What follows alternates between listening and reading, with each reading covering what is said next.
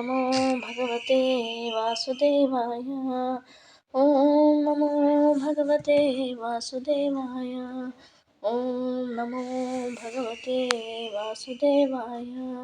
ನಾರಾಯಣಂ ನಮಸ್ಕೃತ್ಯ ನರಂ ಚೈವ ನರೋತ್ತಮಂ ದೇವಿ ಸರಸ್ವತಿ ವ್ಯಾಸಂ ತಥೋ ಜಯಮುದೀರಯೇತ್. ನಸ್ತಪ್ರಾಯೇಷು ಅಭದ್ರೇಷು ನಿತ್ಯಂ ಭಾಗವತ ಸೇವೆಯಾ ಭಗವತೇರುತ್ತಮಶ್ಲೋಕೆ ಭಕ್ತಿರ್ಭವತಿ ನೈಷ್ಠಿಕೆ. ಕೃಷ್ಣಾಯ ವಾಸುದೇವಾಯ ದೇವಕೀನಂದನಾಯ ಚ ನಂದಗೋಪಕುಮಾರಾಯ ಗೋವಿಂದಾಯ ನಮೋ ನಮಃ. ಓಂ ಅಜ್ಞಾನತಿಮಿರಾಂಧಸ್ಯ ಜ್ಞಾನಾಂಜನಶಲಾಕಯ ಚಕ್ಷುರುನ್ಮಿಲಿತಂ ಯೇನ ತಸ್ಮೈ ಶ್ರೀಗುರವೇ ನಮಃ.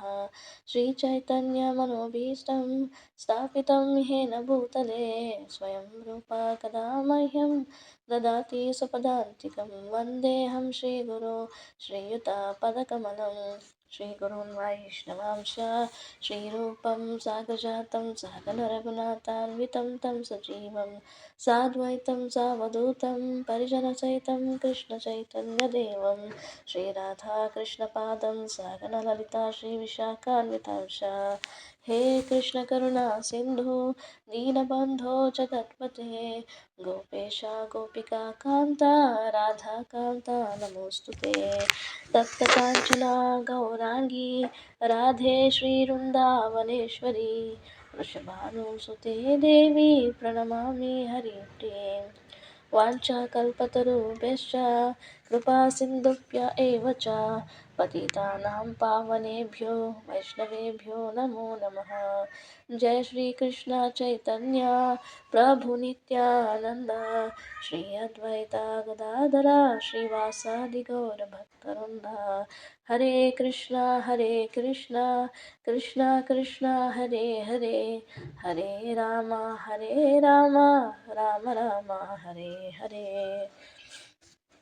ನಮೋ ವಿಷ್ಣುಪಾದಾಯ ಕೃಷ್ಣಪ್ರೇಷ್ಠಾಯ ಭೂತಲೆ ಶ್ರೀಮತೆ ಜಯಪತಾಕ ಸ್ವಾಮಿನಿತಿ ನಾಮಿನಿ. ನಮ ಆಚಾರ್ಯಪಾದಾಯ ನಿತಾಯ ಕೃಪಾಪದಾಯ ಗೌರಕಥಾಧಾಮದಯ ನಗರ ಗ್ರಾಮತಾರಿಣೆ. ನಮೋ ವಿಷ್ಣುಪಾದಾಯ ಕೃಷ್ಣಪ್ರೇಷ್ಠಾಯ ಭೂತಲೆ ಶ್ರೀಮತೆ ಭಕ್ತಿವೇದಾಂತ ಸ್ವಾಮಿನಿತಿ ನಾಮಿನೆ. ನಮಸ್ತೆ ಸರಸ್ವತಿ ದೇವೆ ಗೌರವಾಣಿ ಪ್ರಚಾರಿಣಿ ನಿರ್ವಿಶೇಷ ಶೂನ್ಯವಾದಿ ಪಾಶ್ಚಾತ್ಯ ದೇಶಾತಾರಿಣಿ.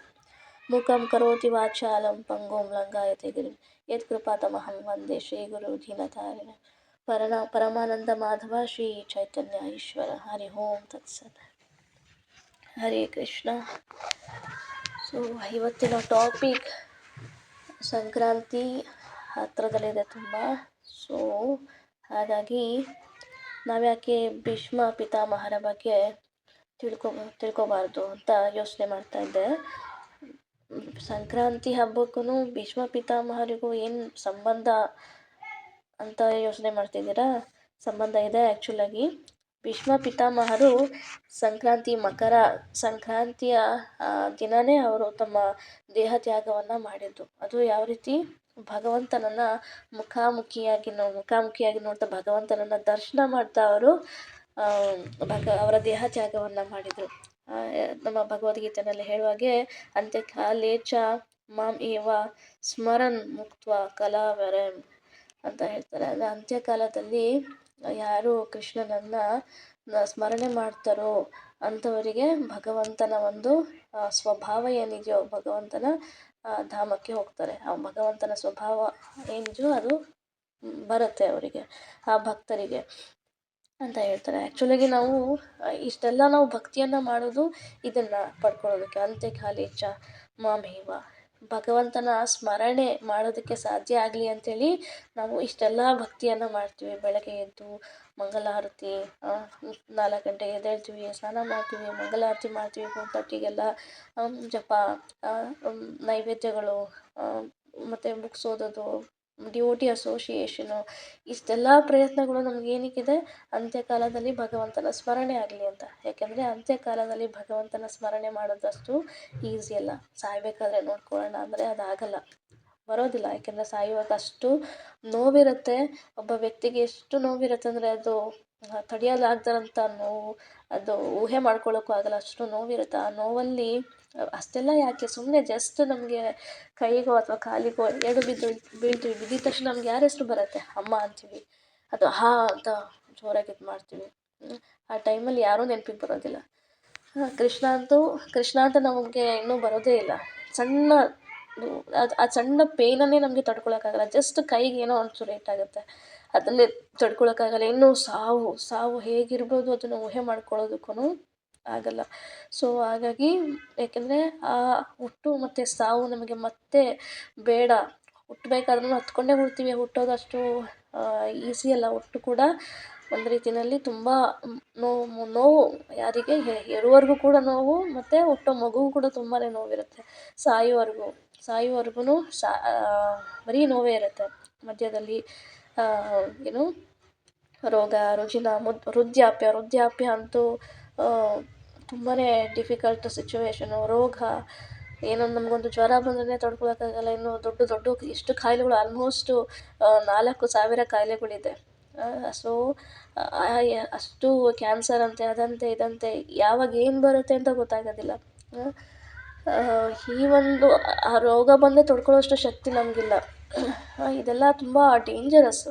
ಇನ್ನು ಸಾವಂತೂ ಕೇಳೋದೇ ಬೇಡ. ಸೊ ಹಾಗಾಗಿ ಇದೆಲ್ಲದ್ರಿಂದನೂ ನಮಗೆ ಮುಕ್ತಿ ಬೇಕು. ಮತ್ತು ಇನ್ನೊಂದು ಜನ್ಮ ಬೇಡ. ಭಗವಂತನ ಧಾಮಕ್ಕೆ ಹೋಗಿ ಭಗವಂತನ ಲೀಲೆನಲ್ಲಿ ತಲ್ಲೀನನಾಗಬೇಕು. ಭಗವಂತ ಹೇಳ್ತಾನಲ್ವ ಭಗವದ್ಗೀತೆಯಲ್ಲಿ, ಯಾರು ನನ್ನ ಧಾಮಕ್ಕೆ ಬರ್ತಾರೋ ಅವರು ಮತ್ತೆ ವಾಪಸ್ಸು ಭೂಲೋಕಕ್ಕೆ ಹೋಗೋದಿಲ್ಲ. ಯಾವುದೇ ಲೋಕಕ್ಕೆ ಹೋಗೋದಿಲ್ಲ. ಭಗವಂತನ ಜೊತೆ ಭಗವಂತನ ಲೀಲೆನಲ್ಲಿ ಭಾಗಿದಾರ ಆಗಿರ್ತೀವಿ, ಅಥವಾ ಭಗವಂತನ ಸ್ಮರಣೆಯಲ್ಲಿ ಯಾವಾಗಲೂ ಇರ್ತೀವಿ. ಸೊ ಹಾಗಾಗಿ ನಮ್ಮ ಎಲ್ಲ ಹೀಗೆ ನಾವು ಏನು ಸಾಧನೆಯನ್ನು ಮಾಡ್ತಿದ್ವೋ ಅಂತ್ಯಕಾಲದಲ್ಲಿ ಭಗವಂತನ ಸ್ಮರಣೆ ಮಾಡೋದಕ್ಕೋಸ್ಕರ. ಸೊ ಇಲ್ಲಿ ಭೀಷ್ಮ ಪಿತಾಮಹರು ಸ್ಮರಣೆ ಎಲ್ಲ, ಭಗವಂತನನ್ನು ಮುಖಾಮುಖಿಯಾಗಿ ನೋಡ್ತಾ ಇದ್ದಾರೆ. ಭಗವಂತನ ದರ್ಶನವನ್ನೇ ಮಾಡ್ತಾ ಅವರು ಇದನ್ನು ಮಾಡ್ತಿದ್ದಾರೆ, ದೇಹ ತ್ಯಾಗವನ್ನು ಮಾಡ್ತಾ ಇದ್ದಾರೆ. ನೋಡಿ, ಶ್ರೀಮದ್ ಭಾಗವತಂನಲ್ಲಿ ಎಷ್ಟೋ ಭಕ್ತರಿಂದ ನಾವು ಎಲ್ಲನೂ ಕಲಿತೀವಿ ಆಲ್ಮೋಸ್ಟ್. ಅಂದರೆ ಎಷ್ಟೆಲ್ಲ ಸ್ತುತಿಗಳಿದ್ದಾವೆ. ಗಜೇಂದ್ರನ ಸ್ತುತಿ ಇದೆ, ಅಕ್ರೂರನ ಸ್ತುತಿ ಇದೆ, ಸನತ್ ಕುಮಾರರ ಸ್ತುತಿ ಇದೆ, ಧ್ರುವ ಮಹಾರಾಜರ ಸ್ತುತಿ, ಪ್ರಹ್ಲಾದ್ ಮಹಾರಾಜರ ಸ್ತುತಿ, ಮತ್ತು ಇಂದ್ರನ ಪಾಸ್ಟ್ ಟೈಮ್ಸ್ ಎಲ್ಲರಿಗೂ ಆಲ್ಮೋಸ್ಟ್ ಗೊತ್ತಿದೆ, ಅವರ ಒಂದು ಸ್ತುತಿ, ಬ್ರಹ್ಮನ ಒಂದು ಸ್ತುತಿ, ನಾಗಪತ್ನೀಸ್ ಅವರು ಮಾಡ್ತಕ್ಕಂಥ ಒಂದು ಸ್ತುತಿ ಇದೆ. ಆನಂತರ ಮುಚುಕುಂದ ಮಾಡ್ತಕ್ಕಂಥ ಸ್ತುತಿ ಇದೆ. ಮತ್ತು ಕುಂತಿ ಮಹಾರಾಣಿ ಅವರ ಸ್ತುತಿ ಇದೆ. ಹೀಗೆ ಇವರೆಲ್ಲರೂ ಏನಪ್ಪ ಅಂತಂದರೆ ಎಷ್ಟೊಂದು ಹೀಗೆ ಶ್ರೀಮದ್ ಭಾಗವತಮದಲ್ಲಿ ಎಲ್ಲರ ಸ್ತುತಿನೂ ಇದೆ, ಎಲ್ಲ ಭಕ್ತರ ಸ್ತುತಿ ಇದೆ. ಬಟ್ ಈ ಎಲ್ಲರೂ ಕೂಡ ಅಂತ್ಯಕಾಲದಲ್ಲಿ ಭಗವಂತನ ಸ್ಮರಣೆ ಮಾಡುವುದು ಎಷ್ಟು ಮುಖ್ಯ ಅನ್ನೋದನ್ನು ಹೇಳ್ಕೊಡ್ತಾರೆ. ಈವನ್ ಪರೀಕ್ಷಿತ್ ಮಹಾರಾಜರು ಕೂಡ 7 ದಿನ ಇರುತ್ತೆ, ಅವರು ಕೂಡ ಶ್ರೀಮದ್ ಭಾಗವತದ 7 ದಿನಗಳ ಕಾಲ ಅವರು ಶ್ರೀಮದ್ ಭಾಗವತವನ್ನು ಕೇಳಿ ಹೇಗೆ ದೇಹ ತ್ಯಾಗವನ್ನು ಮಾಡಬೇಕು ಅನ್ನೋದನ್ನು ಹೇಳ್ಕೊಡ್ತಾರೆ ಪರೀಕ್ಷಿತ್ ಮಹಾರಾಜರು.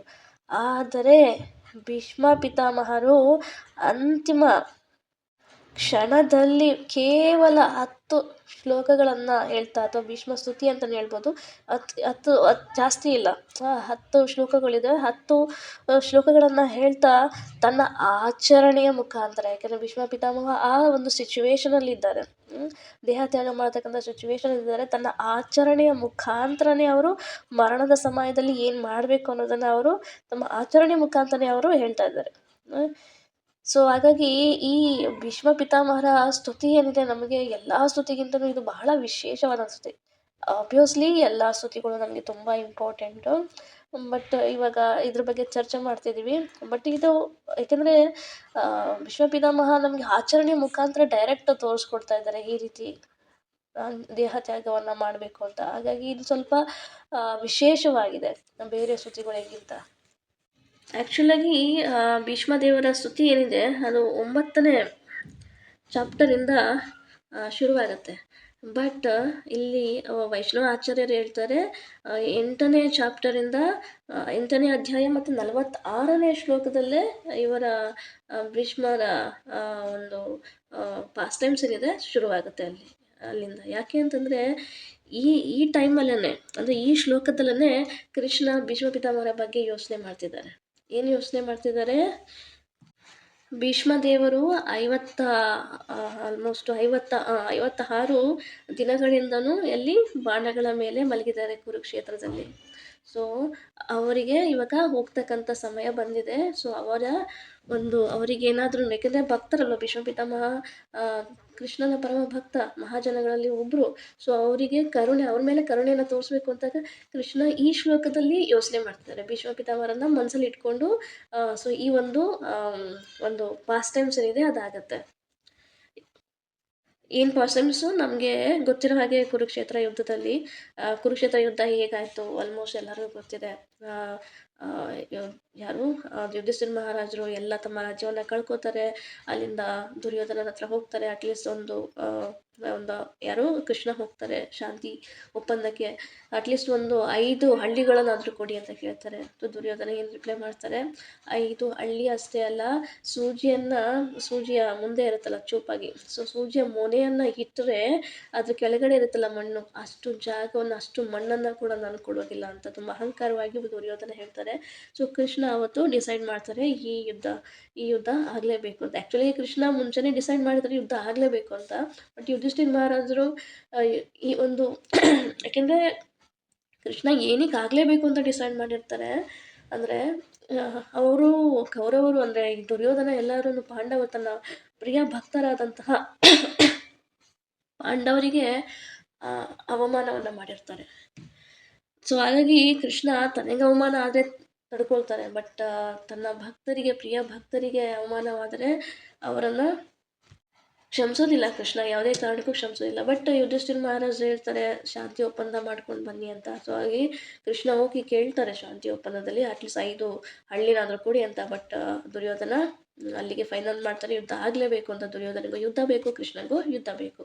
ಬಟ್ ಪಾಂಡವರು ಸ್ವಲ್ಪ ಶಾಂತಿ ಸ್ವಭಾವದವರು, ವೈಷ್ಣವರು. ಸೊ ಹಾಗಾಗಿ ಯಾಕೆ ವಿನಾಶ ಆಗಬೇಕು ಒಂದೇ ಫ್ಯಾಮಿಲಿನಲ್ಲಿ ಅಂತೇಳಿ ಅವರು ಸ್ವಲ್ಪ ಶಾಂತಿ ಒಪ್ಪಂದಕ್ಕೆ ಟ್ರೈ ಮಾಡ್ತಾರೆ. ಬಟ್ ಅದು ನಡೆಯೋದಿಲ್ಲ ಅಂತ ಗೊತ್ತಾದಮೇಲೆ ಯುದ್ಧಕ್ಕೆ ತಯಾರು ಮಾಡ್ತಾರೆ. ಸೊ ಯುದ್ಧದಲ್ಲಿ ಏನಾಗುತ್ತೆ, ಪಾಂಡವರು ಗೆಲ್ತಾರೆ. ಸೊ ಕೌರವರೆಲ್ಲರೂ ದೇಹ ತ್ಯಾಗವನ್ನು ಮಾಡ್ತಾರೆ, ದೇಹ ಅಂತ್ಯವಾಗುತ್ತೆ. ಸೊ ಕುರುಕ್ಷೇತ್ರ ಯುದ್ಧದಲ್ಲಿ ಪಾಂಡವರಿಗೆ ಜಯ ಆಗುತ್ತೆ, ಯುಧಿಷ್ಠಿರ ಮಹಾರಾಜರಿಗೆ ಪಟ್ಟಾಭಿಷೇಕ ಆಗುತ್ತೆ. ಸೊ ಎಲ್ಲರೂ ತುಂಬ ಶಾಂತಿಯಿಂದ, ನೆಮ್ಮದಿಯಿಂದ, ಎಲ್ಲ ಪ್ರಜೆಗಳು ಸಂತೋಷವಾಗಿ ತಮ್ಮ ಜೀವನವನ್ನು ಮಾಡ್ತಿದ್ದಾರೆ. ಇಲ್ಲಿ ಪಾಂಡವರಿಗೂ ಕೂಡ ಏನು ಧರ್ಮಯುದ್ಧದಲ್ಲಿ ಧರ್ಮಿಷ್ಠನಾದಂಥ ಯುಧಿಷ್ಠಿರ ಮಹಾರಾಜರು ಗೆದ್ದು ಇವಾಗ ರಾಜರಾಗಿದ್ದಾರೆ. ಸೊ ಕೃಷ್ಣನಿಗೆ ಅದೇ ಬೇಕಾಗಿದ್ದು. ಸೊ ಇವಾಗ ಕೃಷ್ಣ ತನ್ನ ಕಾರ್ಯ ಎಲ್ಲ ಆಯಿತು, ಮುಗಿದಿದೆ. ಸರಿ ಇವಾಗ ಏನು ಮಾಡಬೇಕು, ನಾನು ದ್ವಾರಕಕ್ಕೆ ಹೋಗ್ತೀನಿ ಅಂತೇಳಿ ಕೃಷ್ಣ ತನ್ನ ರಥದ ಮೇಲೆ ಕೂತ್ಕೊಂಡಿರ್ತಾರೆ. ಸೊ ಅಲ್ಲಿಗೆ ಇನ್ನೇನು ಹೊರಡೋ ಸಮಯ ಬರಬೇಕು. ಆ ಟೈಮಲ್ಲಿ ಓಡೋಡಿ ಬರ್ತಾರೆ. ಓಡಿ ಬಂದು ನನ್ನನ್ನು ಕಾಪಾಡು ಕೃಷ್ಣ, ನನ್ನ ಗರ್ಭವನ್ನು ಕಾಪಾಡು, ರಕ್ಷಣೆ ಮಾಡು ಅಂತ ಕೃಷ್ಣನನ್ನು ಬೇಡ್ಕೋತಾಳೆ. ಸೊ ಕೃಷ್ಣನಿಗೆ ಅರ್ಥ ಆಗುತ್ತೆ ಅಶ್ವತ್ಥಾಮ ತಮ್ಮ ಬ್ರಹ್ಮಶಿರ ಅಸ್ತ್ರವನ್ನು ಪಾಂಡವರ ಅಂತಿಮವಾದಂತಹ ಕುಲ ಪುತ್ರನನ್ನು ಸಾಯಿಸೋದಕ್ಕಂತೇಳಿ ಅಶ್ವತ್ಥಾಮ ಬ್ರಹ್ಮಶಿರ ಅಸ್ತ್ರವನ್ನು ಬಿಟ್ಟಿರ್ತಾನೆ. ಇದು ಕೃಷ್ಣನಿಗೆ ಗೊತ್ತಾಗುತ್ತೆ. ಸೊ ಕೃಷ್ಣ ಏನು ಮಾಡ್ತಾನೆ, ತಾನು ಉತ್ತರೆಯ ಗರ್ಭವನ್ನು ಪ್ರವೇಶ ಮಾಡ್ತಾನೆ. ಉತ್ತರೆಯ ಗರ್ಭವನ್ನು ಪ್ರವೇಶ ಮಾಡಿ ತನ್ನ ಕೌಮುದಿ ಗದೆಯಿಂದ ಅಸ್ತ್ರವನ್ನು ಹೊಡೆದು ಉತ್ತರೆಯ ಗರ್ಭದಲ್ಲಿರ್ತಕ್ಕಂಥ ಪರೀಕ್ಷಿತ್ ಮಹಾರಾಜರ ರಕ್ಷಣೆಯನ್ನು ಮಾಡ್ತಾರೆ. ಅದಾದಮೇಲೆ ಕುಂತಿದೇವಿ ಕೃಷ್ಣನನ್ನು ಬೇಡ್ಕೊಳ್ತಾರೆ. ಮತ್ತು ಕುಂತಿದೇವಿಯ ಒಂದು ಸ್ತುತಿ ಆಗುತ್ತೆ. ನನ್ನ ಎಲ್ಲ ಕಷ್ಟ ಸಮಯದಲ್ಲೂ ಭಗವಂತ ಕೃಷ್ಣ ನೀನಿದ್ದೆ, ಇವಾಗ ನಮಗೆ ಸುಖ ಬಂದಾಗ ನೀನನ್ನು ಬಿಟ್ಟು ಹೋಗ್ತಿದ್ಯಾ. ಸೊ ಹಾಗಾಗಿ ನಮಗೆ ಬರೀ ಕಷ್ಟವನ್ನೇ ಕೊಡು, ಯಾಕೆಂದರೆ ಕಷ್ಟದಲ್ಲಿ ನೀನಿರ್ತೀಯ, ನನಗೆ ಬರೀ ಕಷ್ಟವನ್ನೇ ಕೊಡಿ, ರಾಜ್ಯ ಏನೂ ನಮಗೆ ಬೇಕಾಗಿಲ್ಲ. ನಾವು ಕಾಡಲ್ಲಿ ಇರಬೇಕಾದ್ರೆ ನೀನೇ ತಾನೇ ನಮ್ಮ ಜೊತೆನಲ್ಲಿದ್ದೆ. ಇವಾಗ ನಮ್ಗೆ ಅರಮನೆ ಇದೆ, ಎಲ್ಲ ಇದೆ, ಬಟ್ ನೀನು ನನ್ನನ್ನು ಬಿಟ್ಟು ಹೋಗ್ತಿದ್ಯಾ. ಸೊ ಹಾಗಾಗಿ ನನಗೆ ಬರೀ ಕಷ್ಟಗಳನ್ನೇ ಕೊಡು, ನಮ್ಮ ಜೊತೆನಲ್ಲೇ ಇರು ಕೃಷ್ಣ, ನೀನು ಹೋಗಬೇಡ ಅಂತ ಬೇಡ್ಕೊಳ್ತಾರೆ ಕುಂತಿ ಮಹಾರಾಣಿ. ಸೊ ಅದಾದಮೇಲೆ ಭಗವಂತ ಏನು ಮಾಡ್ತಾನೆ, ರಥದಿಂದ ಕೆಳಕ್ಕೆ ಇಳಿದು ಬರ್ತಾರೆ. ಇಳಿದು ಬಂದು ಅಲ್ಲಿ ಇನ್ನೂ ಸ್ವಲ್ಪ ದಿನ ಹಸ್ತಿನಾಪುರದಲ್ಲೇ ಸ್ಟೇ ಆಗೋದಕ್ಕೆ ಡಿಸೈಡ್ ಮಾಡ್ತಾರೆ. ಸೊ ಹೀಗೆ ಎಲ್ಲರೂ ಖುಷಿ ಖುಷಿಯಾಗಿ ಇರ್ತಾರೆ. ಸೊ ಕೆಲವು ದಿನಗಳು ಕಳೆಯುತ್ತೆ. ಕೆಲವು ದಿನಗಳ ನಂತರ ಯುಧಿಷ್ಠಿರ ಮಹಾರಾಜರಿಗೆ ಇದ್ದಕ್ಕಿದ್ದ ಹಾಗೆ ಏನಾಗುತ್ತೆ, ದುಃಖದಿಂದ ಇರ್ತಾರೆ. ದುಃಖದಿಂದ ಅವರು ತುಂಬಿರ್ತಾರೆ ಯಾವಾಗ್ಲೂ. ಯಾಕೆ ದುಃಖದಿಂದ ಇರ್ತಾರೆ, ಆ ಶ್ಲೋಕ ಓದೋಣ. ಶ್ರೀಮದ್ ಭಾಗವತಂ 1ನೇ ಸ್ಕಂದ 8ನೇ ಅಧ್ಯಾಯ 46ನೇ ಶ್ಲೋಕ. ವ್ಯಾಸ ಆಧ್ಯಾಯ ಈಶ್ವರ ಇಹ ನೇ ಕೃಷ್ಣೇನ ಅದ್ಭುತ ಕರ್ಮಣ ಪ್ರಬೋಧಿತಃ ಅಪಿ ಇತಿಹಾಸೇ ನ ಅಬುಧ್ಯತ ಶುಚ ಅರ್ಪಿತಃ. ಅನುವಾದ: ರಾಜ ಯುಧಿಷ್ಠಿರನು ತುಂಬ ದುಃಖಿತನಾಗಿದ್ದನು. ವ್ಯಾಸರೇ ಮೊದಲಾದ ಮಹರ್ಷಿಗಳು ನೀಡಿದ ಉಪದೇಶದಿಂದಾಗಲಿ ಅತಿ ಮಾನುಷ ಸಾಹಸಗಳನ್ನು ಮಾಡಿದ ಭಗವಾನ್ ಶ್ರೀಕೃಷ್ಣನ ಮಾತಿನಿಂದಾಗಲಿ ಅಥವಾ ಯಾವುದೇ ಚಾರಿತ್ರಿಕ ಸಾಕ್ಷ್ಯಗಳಿಂದಾಗಲಿ ಅವನು ಸಮಾಧಾನ ಹೊಂದಲಿಲ್ಲ. ರಾಜ ಯುಧಿಷ್ಠಿರ ಮಹಾರಾಜರು ಇದ್ದಕ್ಕಿದ್ದಂಗೆ ತುಂಬ ದುಃಖಿತನಾಗಿರ್ತಾನೆ. ಯಾಕೆ ಅಂತಂದರೆ ನಾನು ರಾಜನಾಗಬೇಕು, ನನ್ನ ಕಾರಣದಿಂದಾಗಿ ಇಲ್ಲಿ ಕುರುಕ್ಷೇತ್ರದಲ್ಲಿ ಇಷ್ಟೆಲ್ಲ ಅನಾಹುತಗಳಾಗಿದೆ, ಇಷ್ಟೆಲ್ಲ ಸಾವು ನೋವುಗಳಾಗಿದೆ, ನಾನೇ ಕಾರಣ ಇದಕ್ಕೆಲ್ಲ ಅಂತೇಳಿ ತುಂಬ ದುಃಖಿತನಾಗ್ತಾರೆ. ಅದಕ್ಕೆ ವ್ಯಾಸದೇವರು ಅವರಿಗೆ ಉಪದೇಶವನ್ನು ಮಾಡ್ತಾರೆ. ಇಲ್ಲ, ಹಾಗಲ್ಲ, ಇದು ಧರ್ಮಯುದ್ಧ ಅಷ್ಟೇ, ನೀವು ಧರ್ಮಿಷ್ಠರು, ನಿಮಗೆ ಗೆಲುವಾಗಿದೆ, ಅವರೆಲ್ಲರೂ ಅಧರ್ಮದಿಂದ ಇದ್ದವರು. ಸೊ ಹಾಗಾಗಿ ಅವರಿಗೆ ಅದೇ ಗತಿ ಆಗಬೇಕಾಗಿತ್ತು. ಇದ್ರಲ್ಲಿ ಧರ್ಮಯುದ್ಧ, ಇದು ಮಾಮೂಲಿ ಕ್ಷತ್ರಿಯರಲ್ಲಿ. ಸೊ ನೀನು ದುಃಖಿತನಾಗಬೇಡ ಅಂತೇಳಿ ವ್ಯಾಸದೇವರು ಅವರಿಗೆ ಉಪದೇಶವನ್ನು ಮಾಡ್ತಾರೆ. ಏನೂ ಪ್ರಯೋಜನ ಆಗಲ್ಲ. ಮತ್ತು ಶ್ರೀಕೃಷ್ಣ, ಸ್ವತಃ ಭಗವಂತ ಶ್ರೀಕೃಷ್ಣ ಅವರಿಗೆ ಉಪದೇಶವನ್ನು ಮಾಡ್ತಾರೆ. ಬಟ್ ಅದಕ್ಕೆ ಸಮಾಧಾನವನ್ನು ಹೊಂದೋದಿಲ್ಲ ಅವರಿಗೆ. ಅದೇ ಇದರಲ್ಲಿ ಇರ್ತಾರೆ. ಇಲ್ಲ, ನನ್ನಿಂದ ಆಯಿತು, ನಾನು ಪಾಪಿ, ನನ್ನಿಂದ ಆಯಿತು ಅಂತೇಳಿ ಅದೇ ದುಃಖದಲ್ಲಿ ಇರ್ತಾರೆ. ಆ್ಯಕ್ಚುಲಾಗಿ ಕೃಷ್ಣ ಎಲ್ಲರ ಹೃದಯದಲ್ಲಿರ್ತಕ್ಕಂಥ ಭಗವಂತ.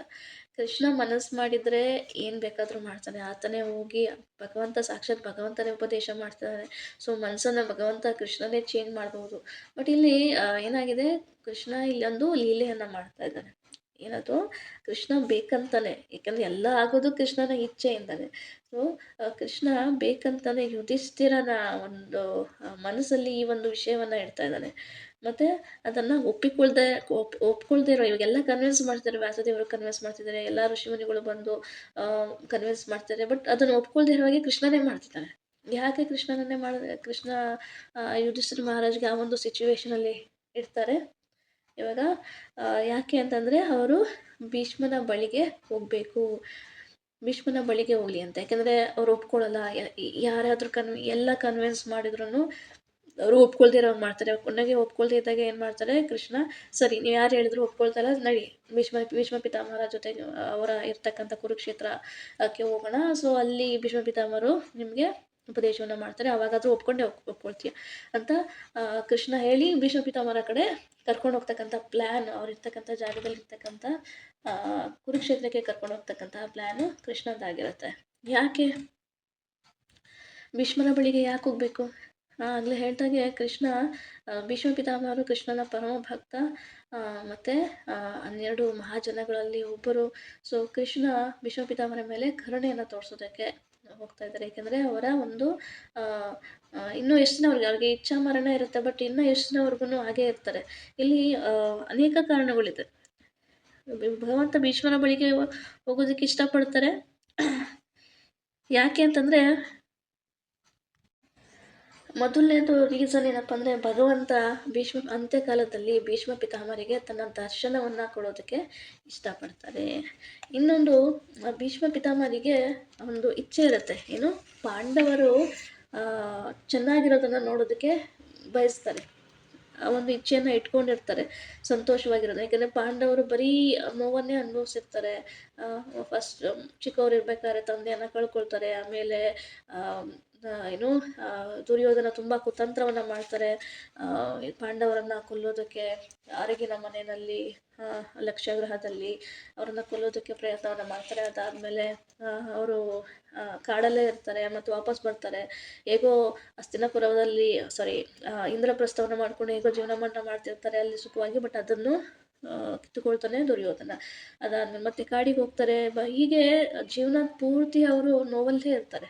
ಅಟ್ಲೀಸ್ಟ್ ಒಂದು ಸಲನಾದ್ರೂ ಭೀಷ್ಮ ಪಿತಾಮಹ ಇಷ್ಟಪಡ್ತಾರೆ, ಅಟ್ಲೀಸ್ಟ್ ಒಂದು ಸಲನಾದ್ರೂ ನಾನು ಪಾಂಡವರನ್ನು ಸಂತೋಷವಾಗಿರೋದನ್ನು ನೋಡಬೇಕು ಅಂತ ಇಚ್ಛೆ ಪಡ್ತಾರೆ. ಅದಕ್ಕೆ ಏನು ಮಾಡ್ತಾರೆ, ಕೃಷ್ಣ ಹೋಗುವಾಗ ಎಲ್ಲ ಪಾಂಡವರಿಗೂ ಒಳ್ಳೆ ರಾಜರ ಅಂದರೆ ರಾಜರ ಬಟ್ ಅವರು ಎಲ್ಲಿ ಹೋಗ್ತಿದ್ದಾರೆ, ಕುರುಕ್ಷೇತ್ರಕ್ಕೆ ಹೋಗ್ತಿದ್ದಾರೆ. ಬಟ್ ಹೇಗೆ ಹೋಗಬೇಕು, ಸ್ವಲ್ಪ ವೈಟು ಧೋತಿ ಕುರ್ತಾ ಹಾಕ್ಕೊಂಡು ಅವರು ವನವಾಸದಲ್ಲಿ ಹೇಗಿದ್ರು ಸೊ ಆ ರೀತಿ ಹೋಗ್ಬೇಕು ಆ್ಯಕ್ಚುಲಾಗಿ ನೋಡೋದಕ್ಕೆ. ಬಟ್ ಕೃಷ್ಣ ಏನು ಮಾಡ್ತಾರೆ, ಒಳ್ಳೆಯ ಆಭರಣಗಳನ್ನು ಹಾಕ್ಕೊಳ್ಳಿ, ಒಳ್ಳೆಯ ಬೆಸ್ಟ್ ಡ್ರೆಸ್ಸನ್ನು ಹಾಕ್ಕೊಳ್ಳಿ, ಸೊ ಒಳ್ಳೆಯ ಕಿರೀಟವನ್ನು ಹಾಕ್ಕೊಳ್ಳಿ, ಹೀಗೆ ಪ್ರತಿಯೊಂದನ್ನು ತುಂಬ ಡ್ರೆಸ್ಅಪ್ ಮಾಡಿಕೊಂಡು ಪಾಂಡವರನ್ನು ಕರ್ಕೊಂಡು ಹೋಗ್ತಾರೆ. ಯಾಕೆಂದರೆ ಪಾಂಡವರನ್ನು ಖುಷಿಯಾಗಿರೋದನ್ನು ನೋಡೋದಕ್ಕೆ ನೋಡಲಿ ಅಂತೇಳಿ, ಭೀಷ್ಮ ಪಿತಾಮಹ ನೋಡಲಿ ಅಂಥೇಳಿ. ಮತ್ತು ಅದು ಅಲ್ಲದೆ ನಮ್ಗೆ ಗೊತ್ತಿರೋ ಹಾಗೆ ಭೀಷ್ಮ ಪಿತಾಮಹರು ಒಂದು ಪ್ರತಿಜ್ಞೆಯನ್ನು ಮಾಡಿರ್ತಾರೆ. ಏನು, ಹಸ್ತಿನಾಪುರ ಸಿಂಹಾಸನ ರಕ್ಷಣೆ ಮಾಡ್ತೀನಿ, ಹಸ್ತಿನಾಪುರದ ಸಿಂಹಾಸನವನ್ನು ರಕ್ಷಣೆ ಮಾಡ್ತೀನಿ ಅಂತೇಳಿ ಪ್ರತಿಜ್ಞೆಯನ್ನು ಮಾಡಿರ್ತಾರೆ. ಹಾಗಾಗಿ ಅವರು 456 ವರ್ಷಗಳಾದ್ರೂ ಕೂಡ ಅವರು ತಮ್ಮ ದೇಹವನ್ನು, ಇಚ್ಛಾಮರಣ ಇರುತ್ತೆ ಅವರಿಗೆ, ಬಟ್ ತಮ್ಮ ದೇಹವನ್ನು ಅವರು ತ್ಯಾಗ ಮಾಡೋದಿಲ್ಲ. ಯಾಕೆಂದರೆ ಹಸ್ತಿನಾಪುರದ ರಾಜ್ಯವನ್ನು ಒಳ್ಳೆಯ ರಾಜನ ಕೈಗೆ ತಲುಪಿಸಿ ಆಮೇಲೆ ಒಬ್ಬ ನಿಷ್ಠಾವಂತ ಧರ್ಮಿಷ್ಠನಾದಂಥ ರಾಜನಿಗೆ ವಹಿಸಿ ಆಮೇಲೆ ದೇಹ ತ್ಯಾಗವನ್ನು ಮಾಡ್ತೀನಿ ಅಂತ. ಸೊ ಹಾಗಾಗಿ ಪಾಂಡವರನ್ನು ನೋಡೋ ಇಚ್ಛೆಯನ್ನು ಇಟ್ಕೊಂಡಿರ್ತಾರೆ, ಅದನ್ನು ನೋಡೋದಕ್ಕೆ ಇಚ್ಛೆಯನ್ನು ಇಟ್ಕೊಂಡಿರ್ತಾರೆ. ಸೊ ಹಾಗಾಗಿ ಕೃಷ್ಣ ಕುರುಕ್ಷೇತ್ರಕ್ಕೆ ಹೋಗೋದಕ್ಕೆ ಒಂದು ಈ ಅರೇಂಜ್ಮೆಂಟನ್ನು ಮಾಡ್ತಾರೆ. ಏನು ಯುಧಿಷ್ಠಿರ ಮಹಾರಾಜರಿಗೆ ಆ ಒಂದು ಸಿಚುವೇಶನಲ್ಲಿ ಇಟ್ಟು ಅವರನ್ನು ಭೀಷ್ಮ ಪಿತಾಮಹರನ್ನು ಭೇಟಿ ಮಾಡ್ತಕ್ಕಂಥ, ಎಲ್ಲರೂ ಭೀಷ್ಮ ಪಿತಾಮಹ ಹೋಗಿ ಭೀಷ್ಮ ಪಿತಾಮಹರನ್ನು ಭೇಟಿ ಮಾಡ್ತಕ್ಕಂಥ ಒಂದು ಪ್ಲ್ಯಾನನ್ನು ಮಾಡಿರ್ತಾರೆ ಕೃಷ್ಣ.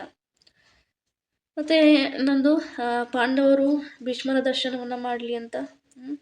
ಯಾಕೆಂದರೆ ಭೀಷ್ಮ ಪಿತಾಮಹರಿಂದ ಯುಧಿಷ್ಠಿರ ಮಹಾರಾಜ ಏನಾದರೂ ಕಲ್ತ್ಕೊಳ್ಳಿ ಅಥವಾ ಅವರಿಂದ ಒಂದು ಉಪದೇಶವನ್ನು ಪಡ್ಕೊಳ್ಳಿ ಅಂತ. ಸೊ ಈ ಕಾರಣದಿಂದಲೂ ಅವರು ಭೀಷ್ಮ ಪಿತಾಮಹರ ಬಳಿಗೆ ಹೋಗೋದಕ್ಕೆ ಇಚ್ಛೆಯನ್ನು ಪಡ್ತಾರೆ. ಯಾರು, ಕೃಷ್ಣ. ಓಕೆ,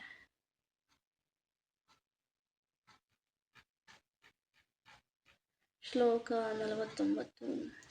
ಅಹಾರಾಜ ಧರ್ಮಸುತ ಚಿಂತಯನ್ ಸೌಹೃದಂ ವಧಂ ಪ್ರಾಕೃತೇನ ಆತ್ಮನ ವಿಪ್ರ ಸ್ನೇಹಮೋಹ ವಶಂ ಗತ. ಅನುವಾದ: ಧರ್ಮನ ಮಗನಾದ ಯುಧಿಷ್ಠಿರ ಮಹಾರಾಜನು ಒಬ್ಬ ಸಾಮಾನ್ಯ ಪ್ರಾಪಂಚಿಕನಂತೆ ತನ್ನ ಗೆಳೆಯರ ಸಾವಿನ ದುಃಖದಿಂದ ವಿಹ್ವಲನಾಗಿ ದುಃಖಿಸುತ್ತಿದ್ದನು. ಓ ಋಷಿಗಳೇ, ಮೋಹವಶನಾದ ಅವನು ಮಾತಾಡಲು ತೊಡಗಿದನು. ಭಾವಾರ್ಥ: ರಾಜ ಯುಧಿಷ್ಠಿರನು ಸಾಮಾನ್ಯ ಮಾನವನಂತೆ ದುಃಖಿತನಾಗುವುದು ಅನಿರೀಕ್ಷಿತವಾದರೂ ಭಗವಂತನ ಇಚ್ಛೆಯಂತೆ ಅವನು ಪ್ರಾಪಂಚಿಕ ಮೋಹವಶನಾಗಿ ದುಃಖಿತನಾದನು. ಅರ್ಜುನನು ಮೇಲ್ನೋಟಕ್ಕೆ ಒಳಗಾದಂತೆ ಸಮ್ಯಕ್ ದೃಷ್ಟಿಯುಳ್ಳ ವ್ಯಕ್ತಿಗೆ ಜೀವಿಯು ಶರೀರವೂ ಅಲ್ಲ, ಮನಸ್ಸೂ ಅಲ್ಲ, ಆದರೆ ಜೀವನದ ಐಹಿಕ ಕಲ್ಪನೆಗೆ ಅತೀತವಾದದ್ದು ಎಂದು ಚೆನ್ನಾಗಿ ತಿಳಿದಿರುತ್ತದೆ. ಸಾಮಾನ್ಯ ಮನುಷ್ಯನು ಹಿಂಸೆ ಮತ್ತು ಅಹಿಂಸೆಗಳನ್ನು ಶರೀರ ಸಂಬಂಧಿಯಾಗಿ ಕಲ್ಪಿಸಿಕೊಳ್ಳುತ್ತಾನೆ. ಆದರೆ ಅದು ಒಂದು ಬಗೆಯ ಭ್ರಮೆ ಅಷ್ಟೇ. ಪ್ರತಿಯೊಬ್ಬ ವ್ಯಕ್ತಿಯು ತನ್ನ ಕಸುಬಿಗೆ ಸಂಬಂಧಿಸಿದಂತೆ ಕರ್ತವ್ಯಬದ್ಧನಾಗಿರುತ್ತಾನೆ. ಕ್ಷತ್ರಿಯನಾದವನು ತನ್ನ ಎದುರಾಳಿ ಯಾರೇ ಆಗಿರಲಿ ಒಳ್ಳೆಯ ಧ್ಯೇಯಕ್ಕಾಗಿ ಯುದ್ಧ ಮಾಡಬೇಕು. ಅಂತಹ ಕರ್ತವ್ಯ ನಿರ್ವಹಣೆಯಲ್ಲಿ ತೊಡಗಿರುವಾಗ ಜೀವಾತ್ಮನ ಹೊರ ಕವಚದಂತಿರುವ ಐಹಿಕ ಶರೀರದ ನಾಶದ ಬಗ್ಗೆ ವ್ಯಸ್ತಗೊಳ್ಳಬಾರದು. ಇವೆಲ್ಲವೂ ಮಹಾರಾಜ ಯುಧಿಷ್ಠಿರನಿಗೆ ಚೆನ್ನಾಗಿ ತಿಳಿದಿತ್ತು. ಆದರೆ ಶ್ರೀಕೃಷ್ಣನ ಇಚ್ಛೆಯಂತೆ ಅವನು ಒಬ್ಬ ಸಾಮಾನ್ಯ ಮಾನವನಂತಾದನು. ಈ ಭ್ರಮೆಯ ಹಿಂದೆ ಮತ್ತೊಂದು ಒಳ್ಳೆಯ ಉದ್ದೇಶವಿತ್ತು. ಅರ್ಜುನನಿಗೆ ಕೃಷ್ಣನು ಉಪದೇಶಿಸಿದಂತೆ ಯುಧಿಷ್ಠಿರನಿಗೆ ಭೀಷ್ಮನು ಉಪದೇಶಿಸುವುದೇ ಆ ಉದ್ದೇಶ. ಓಕೆ, ಈ ಶ್ಲೋಕ ಆಲ್ರೆಡಿ ಮುಂಚೆನೇ ಎಕ್ಸ್ಪ್ಲೇನ್ ಮಾಡಿಬಿಟ್ಟಿದ್ದೀನಿ. ಶ್ಲೋಕ 48ಕ್ಕೆ ಹೋಗೋಣ. ಶ್ಲೋಕ 48. ಅಹೋ ಮೇ ಪಶ್ಯತ ಅಜ್ಞಾನಂ ಹೃದಿರೂಢಂ ದುರಾತ್ಮನಃ ಪಾರಕ್ಯಸ್ಸೈವ ದೇಹಸ್ಯ ಬಹಾಮೆ ಔಕ್ಷಣಿ ಹತ. ಅಹೋ ಮೇ ಪಶ್ಯತ ಜ್ಞಾನಂ ಹೃದಿ ರೂಢಂ ದುರಾತ್ಮನಃ ಪಾರಕ್ಯಸ್ಸೈವ ದೇಹಸ್ಯ ಬಹಾಮೆ ಅಕ್ಷೌಹಿಣಿ ಅಥ. ಅನುವಾದ. ರಾಜ ಯುಧಿಷ್ಠಿರನು ಹೀಗೆ ಹೇಳಿದನು: ಅಯ್ಯೋ ನನ್ನ ಅದೃಷ್ಟವೇ, ನಾನೊಬ್ಬ ಮಹಾಪಾಪಿ. ಅಜ್ಞಾನದಿಂದ ತುಂಬಿ ಹೋಗಿರುವ ಈ ನನ್ನ ಹೃದಯವನ್ನು ಒಮ್ಮೆ ನೋಡು. ಅಂತಿಮವಾಗಿ ಇತರರಿಗಾಗಿ ಇರುವ ಈ ಶರೀರವು ಅನೇಕ ಅಕ್ಷೌಹಿಣಿ ಸೈನಿಕರನ್ನು ಕೊಂದಿದೆ. ಭಾವಾರ್ಥ: 21,870 ರಥಗಳು, 21,870 ಆನೆಗಳು, 1,09,520 ಪದಾತಿ ಬಲ ಮತ್ತು 65,600 ಅಶ್ವದಳ ಇವುಗಳನ್ನೊಳಗೊಂಡ ಭದ್ರವಾದ ದಳವನ್ನು ಅಕ್ಷೌಹಿಣಿ ಎನ್ನಲಾಗಿದೆ. ಸೊ ಇದರಲ್ಲಿ ಏನು ಅರ್ಥ ಆಗುತ್ತೆ ಅಂದರೆ, ಒಂದು ಅಕ್ಷೌಹಿಣಿ ಎಷ್ಟಿರುತ್ತೆ? 21,670 ರಥಗಳಿರುತ್ತೆ. ಮತ್ತು 21,870 ರಥಗಳು, 21,870 ಆನೆಗಳು, ಮತ್ತು 1,09,650 ಪದಾತಿ ಬಲ, 65,600 ಅಶ್ವದಳ. ಇದೆಲ್ಲ ಸೇರಿಸಿ ಒಂದು ಅಕ್ಷೌಹಿಣಿ. ಇಲ್ಲಿ ಯಾರಿಗೆ ಒಂದು ಅಸ್ತ್ರದಲ್ಲಿ ನಿಪುಣನಾಗಿರ್ತಾನೋ, ಎಕ್ಸಾಂಪಲ್ಲು ಖಡ್ಗದಲ್ಲಿ ನಿಪುಣನಾಗಿರ್ತಾನೆ, ಅಥವಾ ಯಾವುದಾದ್ರೂ ಒಂದೇ ವಿದ್ಯೆಯಲ್ಲಿ ಅವನು ನಿಪುಣನಾಗಿರ್ತಾನೆ, ಅವನಿಗೆ ಒಂದು ಕುದುರೆಯನ್ನು ಕೊಟ್ಟಿರ್ತಾನೆ. ಆ ಕುದುರೆ ಮೇಲೆ ಕೂತ್ಕೊಂಡೆ ಅವನು ಇದನ್ನು ಮಾಡಬೇಕು, ಯುದ್ಧವನ್ನು ಮಾಡಬೇಕು. ಮತ್ತು ಇನ್ನೊಬ್ಬ ಕುದುರೆ ಅಶ್ವದಳ, ಇನ್ನೊಬ್ಬ ಕುದುರೆ ಮೇಲೆ ಇರ್ತಕ್ಕಂಥವು, ಬೇರೆಯವ್ರ ಮೇಲೆ, ಆನೆ ಮೇಲೆ ಇರ್ತಕ್ಕಂಥವನಿಗೆ ಇವರು ಇದನ್ನು ಮಾಡುವಾಗಿಲ್ಲ. ಕೆಲವೊಂದು ತುಂಬ ರೂಲ್ಸ್ಗಳಿದೆ ಯುದ್ಧ ಮಾಡೋದು ಅಂದರೆ. ಹಾಗೆ ಅಧರ್ಮದಾಗಿ ಯುದ್ಧ ಮಾಡೋದಿಲ್ಲ, ಕೆಲವೊಂದು ನೀತಿಗಳಿದೆ. ಆ ನೀತಿಯ ಮುಖಾಂತರ ಇವಾಗ ರಥದಾಳುಗಳು ರಥದಲ್ಲಿ ಬರೋರಿಗೆ ಮಾತ್ರ, ಅವ್ರ ಜೊತೆ ಮಾತ್ರ ಯುದ್ಧ ಮಾಡಬೇಕು. ಕೆಳಗಡೆ ಕಾಲಾಳುಗಳ ಜೊತೆಯಲ್ಲಿ ಯುದ್ಧವನ್ನು ಮಾಡಬಾರ್ದು. ಹಾಗೆ ಸೊ ಯಾರಿಗೆ 4-5 ಶಸ್ತ್ರಗಳು ಗೊತ್ತಿರುತ್ತೋ ಅವರಿಗೆ ಅರ್ಧರಥಿ ಅಂತ ಕರೀತಾರೆ. ಮತ್ತು ಅವ್ರನ್ನ ರಥಿ ಅಂತ ಕರೀತಾರೆ, ಯಾಕೆಂದರೆ ಅವರು ರಥದಲ್ಲಿ ಕೂತ್ಕೊಂಡು ಇದನ್ನು ಮಾಡ್ತಾರೆ, ಯುದ್ಧವನ್ನು ಮಾಡ್ತಾರೆ. ಸೊ ಒಂದೇ ಸಲ 10,000 ಸೈನಿಕರ ಜೊತೆಗೆ ಯಾರು ಯುದ್ಧ ಮಾಡ್ತಾರೋ ಅವರಿಗೆ ಮಹಾರಥಿ ಅಂತ ಕರೀತಾರೆ. ಮತ್ತು ಒಂದೇ ಸಲ 10,000 ಮಹಾರಥಿಯ ಜೊತೆ ಯುದ್ಧವನ್ನು ಮಾಡ್ತಾರೋ ಅವರಿಗೆ ಅತಿರಥಿ ಅಂತ ಕರೀತಾರೆ. ಮಹಾರಥಿಗೆ ಎಕ್ಸಾಂಪಲ್ ಬಂದು ಅಭಿಮನ್ಯು, ಇವರು ಮಹಾರಥಿ. ಅತಿರಥಿಗೆ ಎಕ್ಸಾಂಪಲ್ ಬಂದು ಭೀಷ್ಮ ದೇವಾರ್ಜುನ, ಇವರು ಅತಿರಥಿ. ಸೊ ಈ ಥರದ್ದು ಪಾಂಡವರಲ್ಲಿ ಇತ್ತು 7 ಅಕ್ಷೌಹಿಣಿ, ಮತ್ತು ಕೌರವಲ್ಲಿ ಇದ್ದಿದ್ದು 12 ಅಕ್ಷೌಹಿಣಿ. ತುಂಬ ಡಿಫ್ರೆನ್ಸ್ ಇದೆ ಇಬ್ರಿಗೂ. 5 ಅಕ್ಷೌಹಿಣಿ ಕಡಿಮೆ ಇದೆ ಪಾಂಡವರಲ್ಲಿ.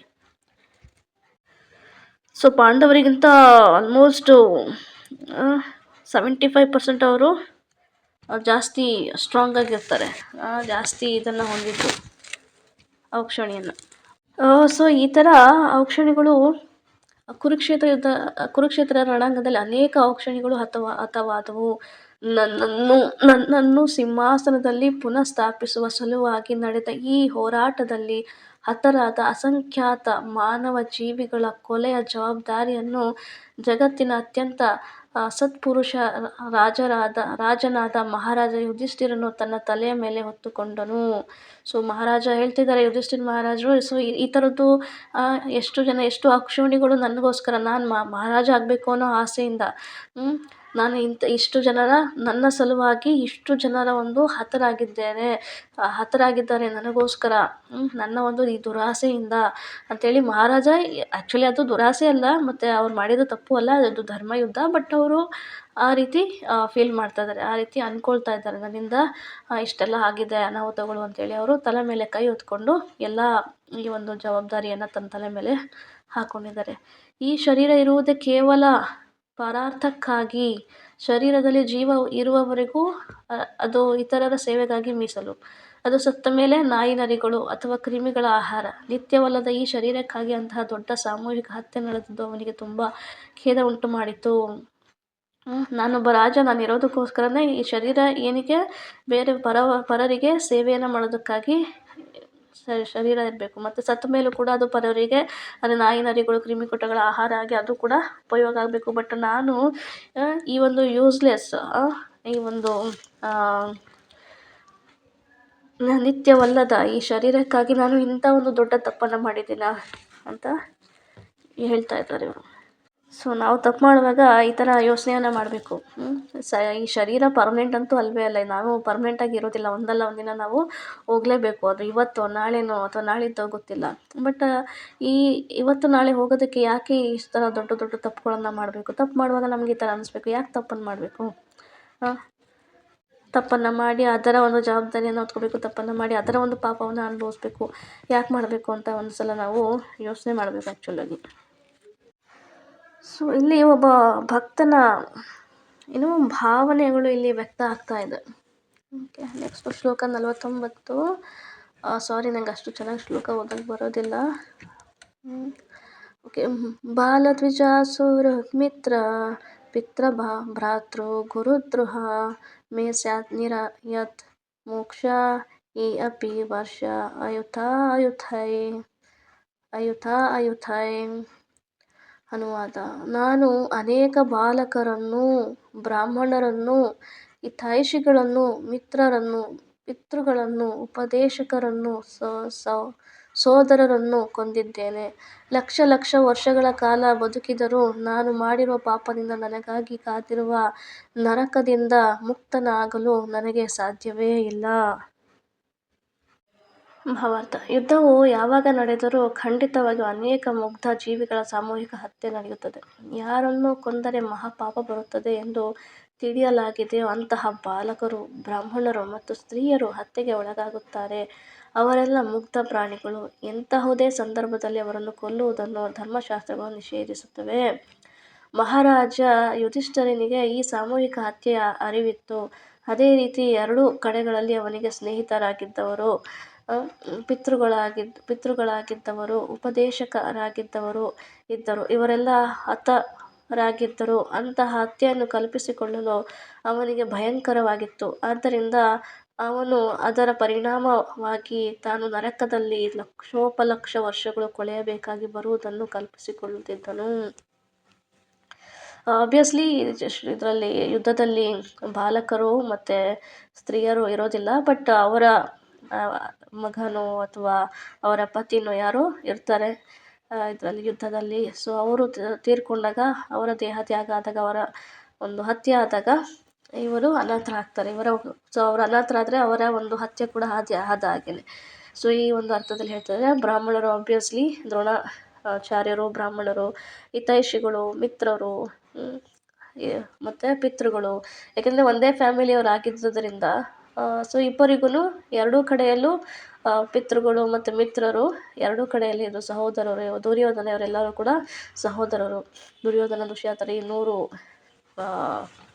ಧೃತರಾಷ್ಟ್ರನ ಮಕ್ಕಳೇನಿದ್ದಾರೆ ಅವರೆಲ್ಲರೂ ಕೂಡ ಸಹೋದರರಾಗಬೇಕು. ಉಪದೇಶಕರು, ಭೀಷ್ಮ ಪಿತಾಮಹ, ಕೃಪಾಚಾರ್ಯರು, ದ್ರೋಣಾಚಾರ್ಯರು ಇವರೆಲ್ಲರೂ ಕೂಡ ಉಪದೇಶಕರಾಗ್ತಾರೆ.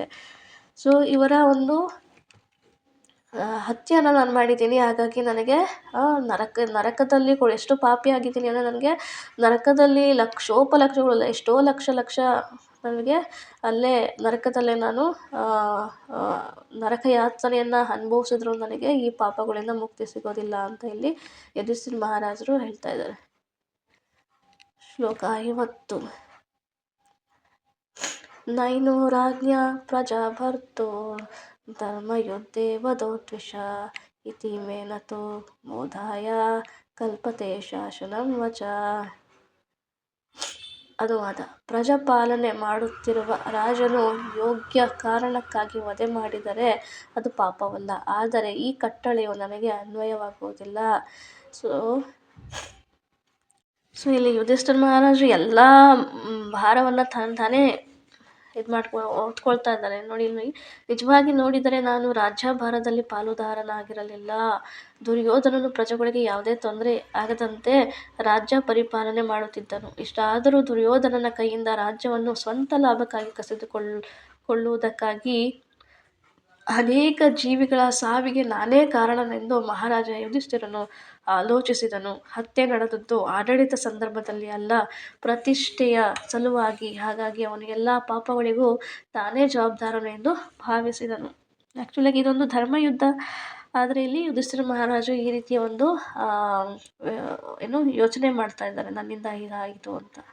ಶ್ಲೋಕ 51. ಸ್ತ್ರೀಣಾಂ ಮತ್ಹತ ಬಂಧೂನಾಂ ದ್ರೋಹಾಯ ಅಸೌ ಇಹ ಉತ್ಥಿತ ಕರ್ಮಭಿಃ ಗೃಹಮೇಧಿಯೈ ನ ಅಹಂ ಕಲ್ಪ ವ್ಯಪೋಹಿತುಂ. ಅನುವಾದ: ನಾನು ಸ್ತ್ರೀಯರ ಅನೇಕ ಬಂಧು ಬಾಂಧವರನ್ನು ಕೊಂದಿದ್ದೇನೆ. ಅವರ ದ್ವೇಷಕ್ಕೆ ನಾನು ಎಷ್ಟು ಪಾತ್ರನಾಗಿದ್ದೇನೆಂದರೆ ಲೋಕ ಕಲ್ಯಾಣ ಕಾರ್ಯಕ್ರಮಗಳಿಂದ ಅದನ್ನು ಪರಿಹರಿಸಲು ಸಾಧ್ಯವಿಲ್ಲ. ಭಾವಾರ್ಥ: ಗೃಹಮೇಧಿಗಳು ಎಂದರೆ ಲೌಕಿಕ ಏಳಿಗೆಗಾಗಿ ಕಲ್ಯಾಣ ಕಾರ್ಯಗಳನ್ನು ಮಾಡುವುದೊಂದೇ ಕೆಲಸ ಉಳ್ಳವರು ಎಂದರ್ಥ. ಅಂತಹ ಲೌಕಿಕ ಏಳಿಗೆ ಕೆಲವು ವೇಳೆ ಪಾಪ ಕಾರ್ಯಗಳಿಂದ ಪ್ರತಿಬಂಧಿತವಾಗುತ್ತದೆ. ಲೌಕಿಕನಾದವನು ಲೌಕಿಕ ಕಾರ್ಯಗಳನ್ನು ನೆರವೇರಿಸುವ ಸಂದರ್ಭದಲ್ಲಿ ಉದ್ದೇಶವಿಲ್ಲದೆಯೇ ಪಾಪ ಕಾರ್ಯಗಳನ್ನು ಮಾಡುತ್ತಾನೆ. ಅಂತಹ ಪಾಪಗಳ ಪರಿಣಾಮದಿಂದ ವಿಮೋಚನೆ ಹೊಂದಲು ವೇದಗಳು ಅನೇಕ ಬಗೆಯ ಯಜ್ಞಗಳನ್ನು ವಿಧಿಸಿವೆ. ಅಶ್ವಮೇಧ ಯಾಗವನ್ನು ಮಾಡುವುದರಿಂದ ವ್ಯಕ್ತಿಯು ಬ್ರಹ್ಮಹತ್ಯ, ಬ್ರಾಹ್ಮಣನ ವಧೆ ದೋಷವನ್ನು ಕೂಡ ಪರಿಹರಿಸಬಹುದು ಎಂದು ವೇದಗಳಲ್ಲಿ ಹೇಳಿದೆ. ಯುಧಿಷ್ಠಿರ ಮಹಾರಾಜನು ಈ ಅಶ್ವಮೇಧ ಯಜ್ಞವನ್ನು ಮಾಡಿದರೂ ಅಂತಹ ಯಜ್ಞಗಳನ್ನು ಮಾಡುವುದರಿಂದ ಕೂಡ ನಾನು ಮಾಡಿದ ಪಾಪಗಳಿಂದ ವಿಮೋಚನೆ ಸಾಧ್ಯವಿಲ್ಲ ಎಂದು ಅವರು ಯೋಚಿಸಿದರು. ಯುದ್ಧವೆಂದರೆ ಗಂಡನು, ಸೋದರನು ಅಥವಾ ತಂದೆ, ಮಕ್ಕಳು ಎಲ್ಲರೂ ಕೂಡ ಹೋರಾಡಲು ಹೋಗುತ್ತಾರೆ. ಅವರು ಸಾವಿಗೀಡಾದಾಗ ಹೊಸ ಬಗೆಯ ದ್ವೇಷ ಸೃಷ್ಟಿಯಾಗುತ್ತದೆ. ಸಾವಿರಾರು ಅಶ್ವಮೇಧ ಯಜ್ಞಗಳಿಂದ ಕೂಡಿ ಕೂಡ ಪರಿಹರಿಸಲಾರದ ಕ್ರಿಯೆ ಮತ್ತು ಪ್ರತಿಕ್ರಿಯೆಗಳ ಸರಪಳಿಯೇ ನಿರ್ಮಾಣವಾಗುತ್ತದೆ. ಕರ್ಮದ ಬಗೆಯೇ ಹಾಗೆ. ಅದು ಒಂದೆಡೆ ಕ್ರಿಯೆಯನ್ನು ಮತ್ತೊಂದೆಡೆ ಪ್ರತಿಕ್ರಿಯೆಗಳನ್ನು ಒಟ್ಟೊಟ್ಟಿಗೆ ನಿರ್ಮಿಸುತ್ತದೆ. ಕರ್ಮದಲ್ಲಿ ತೊಡಗಿರುವವನನ್ನು ಲೌಕಿಕ ಬಂಧನದಲ್ಲಿ ಸಿಕ್ಕಿಸಿ ಲೌಕಿಕ ಕಾರ್ಯಗಳ ಕೊಂಡಿಯನ್ನು ಹೆಚ್ಚು ಮಾಡುತ್ತದೆ. ಇದಕ್ಕೆ ಭಗವದ್ಗೀತೆಯಲ್ಲಿ ಪರಿಹಾರವನ್ನು ಸೂಚಿಸಿದೆ. ಅಂತಹ ಕ್ರಿಯೆ ಮತ್ತು ಪ್ರತಿಕ್ರಿಯೆಗಳ ಕಾರ್ಯಮಾರ್ಗವನ್ನು ಹತೋಟಿಯಲ್ಲಿಡಲು ಸಾಧ್ಯವಾಗುವುದು ನಾವು ಮಾಡುವ ಕಾರ್ಯಗಳನ್ನು ಭಗವಂತನ ಪರವಾಗಿ ಮಾಡಿದಾಗ ಮಾತ್ರ. ಪರಮಪ್ರಭು ಶ್ರೀಕೃಷ್ಣನೇ ಹೇಳಿದಂತೆ ಕುರುಕ್ಷೇತ್ರ ಯುದ್ಧವು ನಡೆದದ್ದು ನಿಜವಾಗಿಯೂ ಅವನ ಇಚ್ಛೆಯಿಂದ. ಅವನ ಇಚ್ಛೆಯಿಂದಲೇ ಹಸ್ತಿನಾಪುರದ ಸಿಂಹಾಸನದ ಮೇಲೆ ಯುಧಿಷ್ಠಿರನು ವಿರಾಜಮಾನನಾದದ್ದು. ಆದ್ದರಿಂದ ನಿಜವಾಗಿ ನೋಡಿದರೆ ಪಾಂಡವರಿಗೆ ಯಾವ ಪಾಪ ಸ್ಪರ್ಶವೂ ಇಲ್ಲ, ಏಕೆಂದರೆ ಅವರು ಭಗವಂತನ ಆಜ್ಞೆಯನ್ನು ಪಾಲಿಸಿದವರು ಮಾತ್ರ. ಸ್ವಂತ ಹಿತಾಸಕ್ತಿಯಿಂದ ಯುದ್ಧವನ್ನು ಘೋಷಿಸಿದ ಇತರರ ಪಾಲಿಗೆ ಸಂಪೂರ್ಣ ಜವಾಬ್ದಾರಿ ಅವರದೇ ಆಗಿರುತ್ತದೆ. ಆ್ಯಕ್ಚುಲಾಗಿ 2 ರೀತಿಯ ಜೀವನ ಇದೆ. ಒಂದು ಗೃಹಮೇಧಿ ಮತ್ತು ಇನ್ನೊಂದು ಗೃಹಸ್ಥ. ಗೃಹಸ್ಥ ಜೀವನ ಅಂತಂದರೆ ಯಾರು ವಿಧಿ ನಿಯಮಗಳನ್ನು ಪಾಲನೆ ಮಾಡ್ತಿರ್ತಾರೋ, ಯಾರು ಶಾಸ್ತ್ರಗಳನ್ನು ಪಾಲನೆಯನ್ನು ಮಾಡ್ತಾ ಸಾತ್ವಿಕ ಜೀವನವನ್ನು ಮಾಡ್ತಿರ್ತಾರೋ ಅವರನ್ನು ಗೃಹಸ್ಥರು ಅಂತ ಕರೀತಾರೆ. ಇನ್ನು ಕೆಲವರು ಗೃಹಮೇಧಿಗಳು, ಅವರು ಶಾಸ್ತ್ರಗಳನ್ನು ಪಾಲನೆ ಮಾಡೋದಿಲ್ಲ, ತಮಗೆ ಇಷ್ಟ ಬಂದ ರೀತಿಯಲ್ಲಿ ಅವರು ಜೀವನವನ್ನು ಮಾಡ್ತಾರೆ. ತಮಗೇನು ಬೇಕೋ ತಿಂತಾರೆ, ತಮಗೆ ಇಷ್ಟ ಬಂದ ಶಾಸ್ತ್ರಗಳನ್ನು ಉಲ್ಲಂಘನೆ ಮಾಡ್ಕೊಂಡು ತಮಗೆ ಹೇಗೆ ಬೇಕೋ ಆಗಿರ್ತಾರೆ. ಬಟ್ ಅವರಿಂದ ಏನಾಗುತ್ತೆ, ಜಾಸ್ತಿ ಪಾಪ ಕಾರ್ಯಗಳು ಆಗುತ್ತೆ. ಸೊ ಅಂಥವರು ನರಕಕ್ಕೆ ಹೋಗ್ತಾರೆ. ಸೊ ಹಾಗಾಗಿ ಅವ್ರು ಏನು ಮಾಡ್ತಾರೆ, ಏನಾದರೂ ಒಂದು ಪರಿಹಾರ ಇದೆಯಾ ಅಂತ ನೋಡಿದರೆ ಹೌದು, ಪರಿಹಾರ ಇದೆ. ಆ್ಯಕ್ಚುಲಾಗಿ ಶಾಸ್ತ್ರಗಳಲ್ಲಿ ಕೊಟ್ಟಿರ್ತಾರೆ, ಏನದು, ಅಶ್ವಮೇಧ ಯಜ್ಞವನ್ನು ಮಾಡಿದ್ರೆ ಅವರೆಲ್ಲ ಪಾಪಗಳಿಂದ ಮುಕ್ತರಾಗ್ಬೋದು ಅಂತ. ಈವನ್ ಬ್ರಾಹ್ಮಣರ ವಧೆಯನ್ನು ಮಾಡಿದರೆ ಆ ಪಾಪಗಳಿಂದ ಅವರು ಮುಕ್ತಿಯನ್ನು ಪಡಿಬೋದು. ಬಟ್ ಬಟ್ ಈ ಒಂದು ಜನ್ರೇಷನಲ್ಲಿ, ಈ ಒಂದು ಕಲಿಯುಗದಲ್ಲಿ ಅಶ್ವಮೇಧ ಯಜ್ಞವನ್ನು ಮಾಡೋದಕ್ಕೆ ಸಾಧ್ಯವಿಲ್ಲ.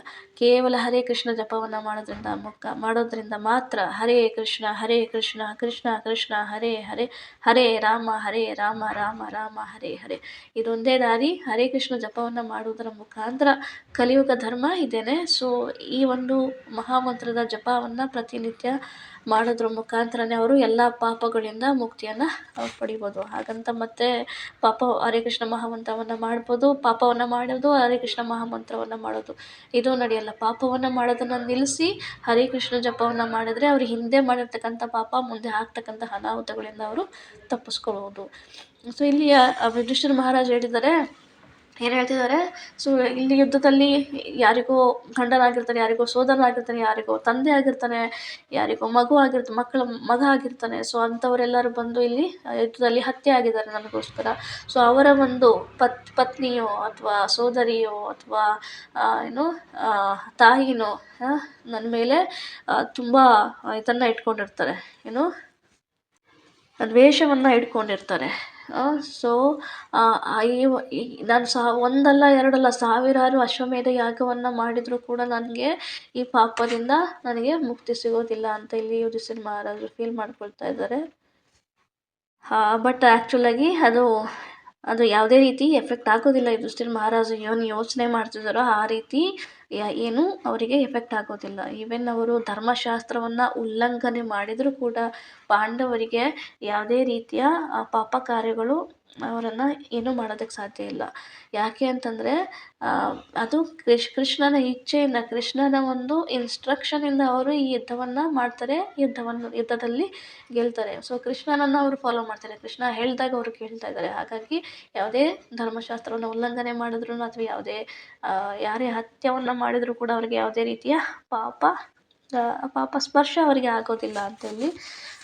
ಯಾಕೆಂದರೆ ಅವರು ಭಗವಂತನ ಆಜ್ಞೆಯನ್ನು ಪಾಲಿಸ್ತಾ ಇದ್ದಾರೆ. ಸೊ ಭಗವಂತ ಆಜ್ಞೆಯನ್ನು ಪಾಲಿಸಿದ ಮೇಲೆ ಯಾವುದೇ ರೀತಿ ಪಾಪ ಸ್ಪರ್ಶ ಆಗೋದಿಲ್ಲ ಅವರಿಗೆ. ಓಕೆ, ಈ ಅಧ್ಯಾಯದ ಕೊನೆಯ ಶ್ಲೋಕ 52 ಶ್ಲೋಕ. ಯಥಾ ಪಂಕೇನ ಪಂಕಾಂಬ ಸುರಯಾವ ಸುರಾಕೃತಂ ಭೂತಹತ್ಯ ತಥೈವ ವೈಕಾಂ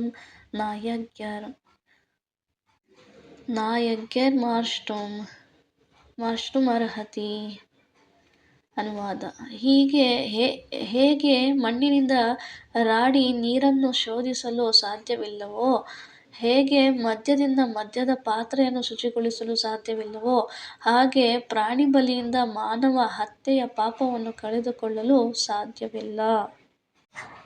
ಹರೇ ಕೃಷ್ಣ. ಓಕೆ, ನಾವು ಭೀಷ್ಮದೇವರ ಬಗ್ಗೆ ತಿಳ್ಕೊಳ್ತಾ ಇದ್ದೀವಿ. ಸೊ ಹಾಗಾಗಿ ಅವ್ರ ಬಗ್ಗೆನೂ ಸ್ವಲ್ಪ ನಾವು ಅವ್ರ ಜೀವನದ ಒಂದು ಚರಿತ್ರೆಯನ್ನು ನಾವು ತಿಳ್ಕೊಳ್ಳೋಣ. ಅವರು ಹಿಂದೆ ಏನಾಗಿದ್ರು, ಅವರ ಹೆಸರೇನು, ಮತ್ತು ಅವರ ತಂದೆ ತಾಯಿ ಯಾರು, ಮತ್ತು ಅವರ ಒಂದು ಇತಿಹಾಸಕ್ಕೆ ಹೋಗೋಣ ಇವಾಗ. ಆ್ಯಕ್ಚುಲಾಗಿ ಭೀಷ್ಮದೇವರು ಅವರು 8 ಜನ ವಸುಗಳಲ್ಲಿ ಇವರು ಕೂಡ ಒಬ್ಬರು. ಇವರೊಬ್ಬರು ವಸು, 8 ಜನ ವಸು. ಈ 8 ಜನ ವಸು ಯಾರಪ್ಪ ಅಂತಂದರೆ ಇಂದ್ರ ಇದ್ದಾರಲ್ಲ. ಸೊ ಸ್ವರ್ಗದ ರಾಜ ಇಂದ್ರನ ಅಣ್ಣ ಅಥವಾ ತಮ್ಮನಿಗೆ 8 ಜನ ಮಕ್ಕಳಿರ್ತಾರೆ. ಸೊ ಆ 8 ಜನನ ವಸು ಅಂತ ಕರೀತಾರೆ. ಇದರಲ್ಲಿ ತುಂಬ ಕಿರಿಯವರು ಇವರು ಇವರೇ ಭೀಷ್ಮ ಪಿತಾಮಹ ಆ್ಯಕ್ಚುಲಾಗಿ. ಮತ್ತು ಇವರ ಅಂದರೆ ಹಿಂದಿನ ಇವಾಗ ಭೀಷ್ಮ ಪಿತಾಮಹ. ಸೊ ಹಿಂದೆ ಅವರ ಒರಿಜಿನಾಲಿಟಿ ಅವರೊಬ್ಬರು ವಸು. ಬಟ್ ಅವರು ಶಾಪದಿಂದ ಏನಾಗ್ತಾರೆ, ಅವರು ಈ ಭೂಮಿಗೆ ಬರಬೇಕಾಗತ್ತೆ. ದೇವತೆಗಳು ಇವರು 8 ಜನ ವಸು, 8 ಜನ ಇವರ ದೇವತೆಗಳು. ಸೊ ಇವರಲ್ಲಿ 8ನೇವರು ಯಾರು, ಭೀಷ್ಮ ಪಿತಾಮಹರು. ಅವರ ಹೆಸರು ಪ್ರಭಾಸ್ ಅಂತ ಕರೀತಾರೆ. ಕೆಲವೊಂದು ಕಡೆ ನಾವು ಕೇಳಿದಾಗೆ ದ್ಯೂ ಅಂತಲೂ ಹೇಳ್ತಾ ಇದ್ರು, ಕೆಲವೊಂದು ಲೆಕ್ಚರಲ್ಲಿ ದ್ಯೂ ಅಂತ ಹೇಳ್ತಾರೆ. ಬಟ್ ಇಲ್ಲಿ ನಿತಾಯ ಸೇವಿನಿ ಮಾತಾಜಿ ಹೇಳ್ತಿದ್ದಾರೆ ಪ್ರಭಾಸ್ ಅಂತ. ಮತ್ತು ಈ 8 ಜನ ವಸುಗಳು ಒಂದು ಸಲ ಏನಾಗಿರುತ್ತೆ, ವಶಿಷ್ಠ ಮುನಿಗಳ ಅವರ ಹತ್ತಿರ ಪ್ರಸಾದಕ್ಕೆ ಹೋಗಿರ್ತಾರೆ, ಅಂದರೆ ಡಿನ್ನರಿಗೆ ಹೋಗಿರ್ತಾರೆ. ವಸಿಷ್ಠ ಮುನಿಗಳ ಒಂದು ಆತಿಥ್ಯವನ್ನು ಸ್ವೀಕಾರ ಮಾಡೋದಕ್ಕೆ 8 ಜನ ವಸುಗಳು ಅಲ್ಲಿಗೆ ಹೋಗಿರ್ತಾರೆ. ಅವರ ಒಂದು ಆತಿಥ್ಯ ಅಷ್ಟೊಂದು ವೆರೈಟೀಸ್ ಶಾಂತ ಮತ್ತು ಆ ಒಂದು ಏನು ಅರೇಂಜ್ಮೆಂಟ್ಸು ಇದನ್ನೆಲ್ಲ ನೋಡಿ ಅವರಿಗೆ ತುಂಬ ಆಶ್ಚರ್ಯ ಆಗುತ್ತೆ. ಏನಿರ್ಬೋದು ಅದೇ ನಾವು ದೇವತೆಗಳು ನಮ್ಮಲ್ಲಿ ಕೂಡ ಈ ರೀತಿಯ ಒಂದು ಅರೇಂಜ್ಮೆಂಟ್ಸ್ ಇರೋದಿಲ್ಲ.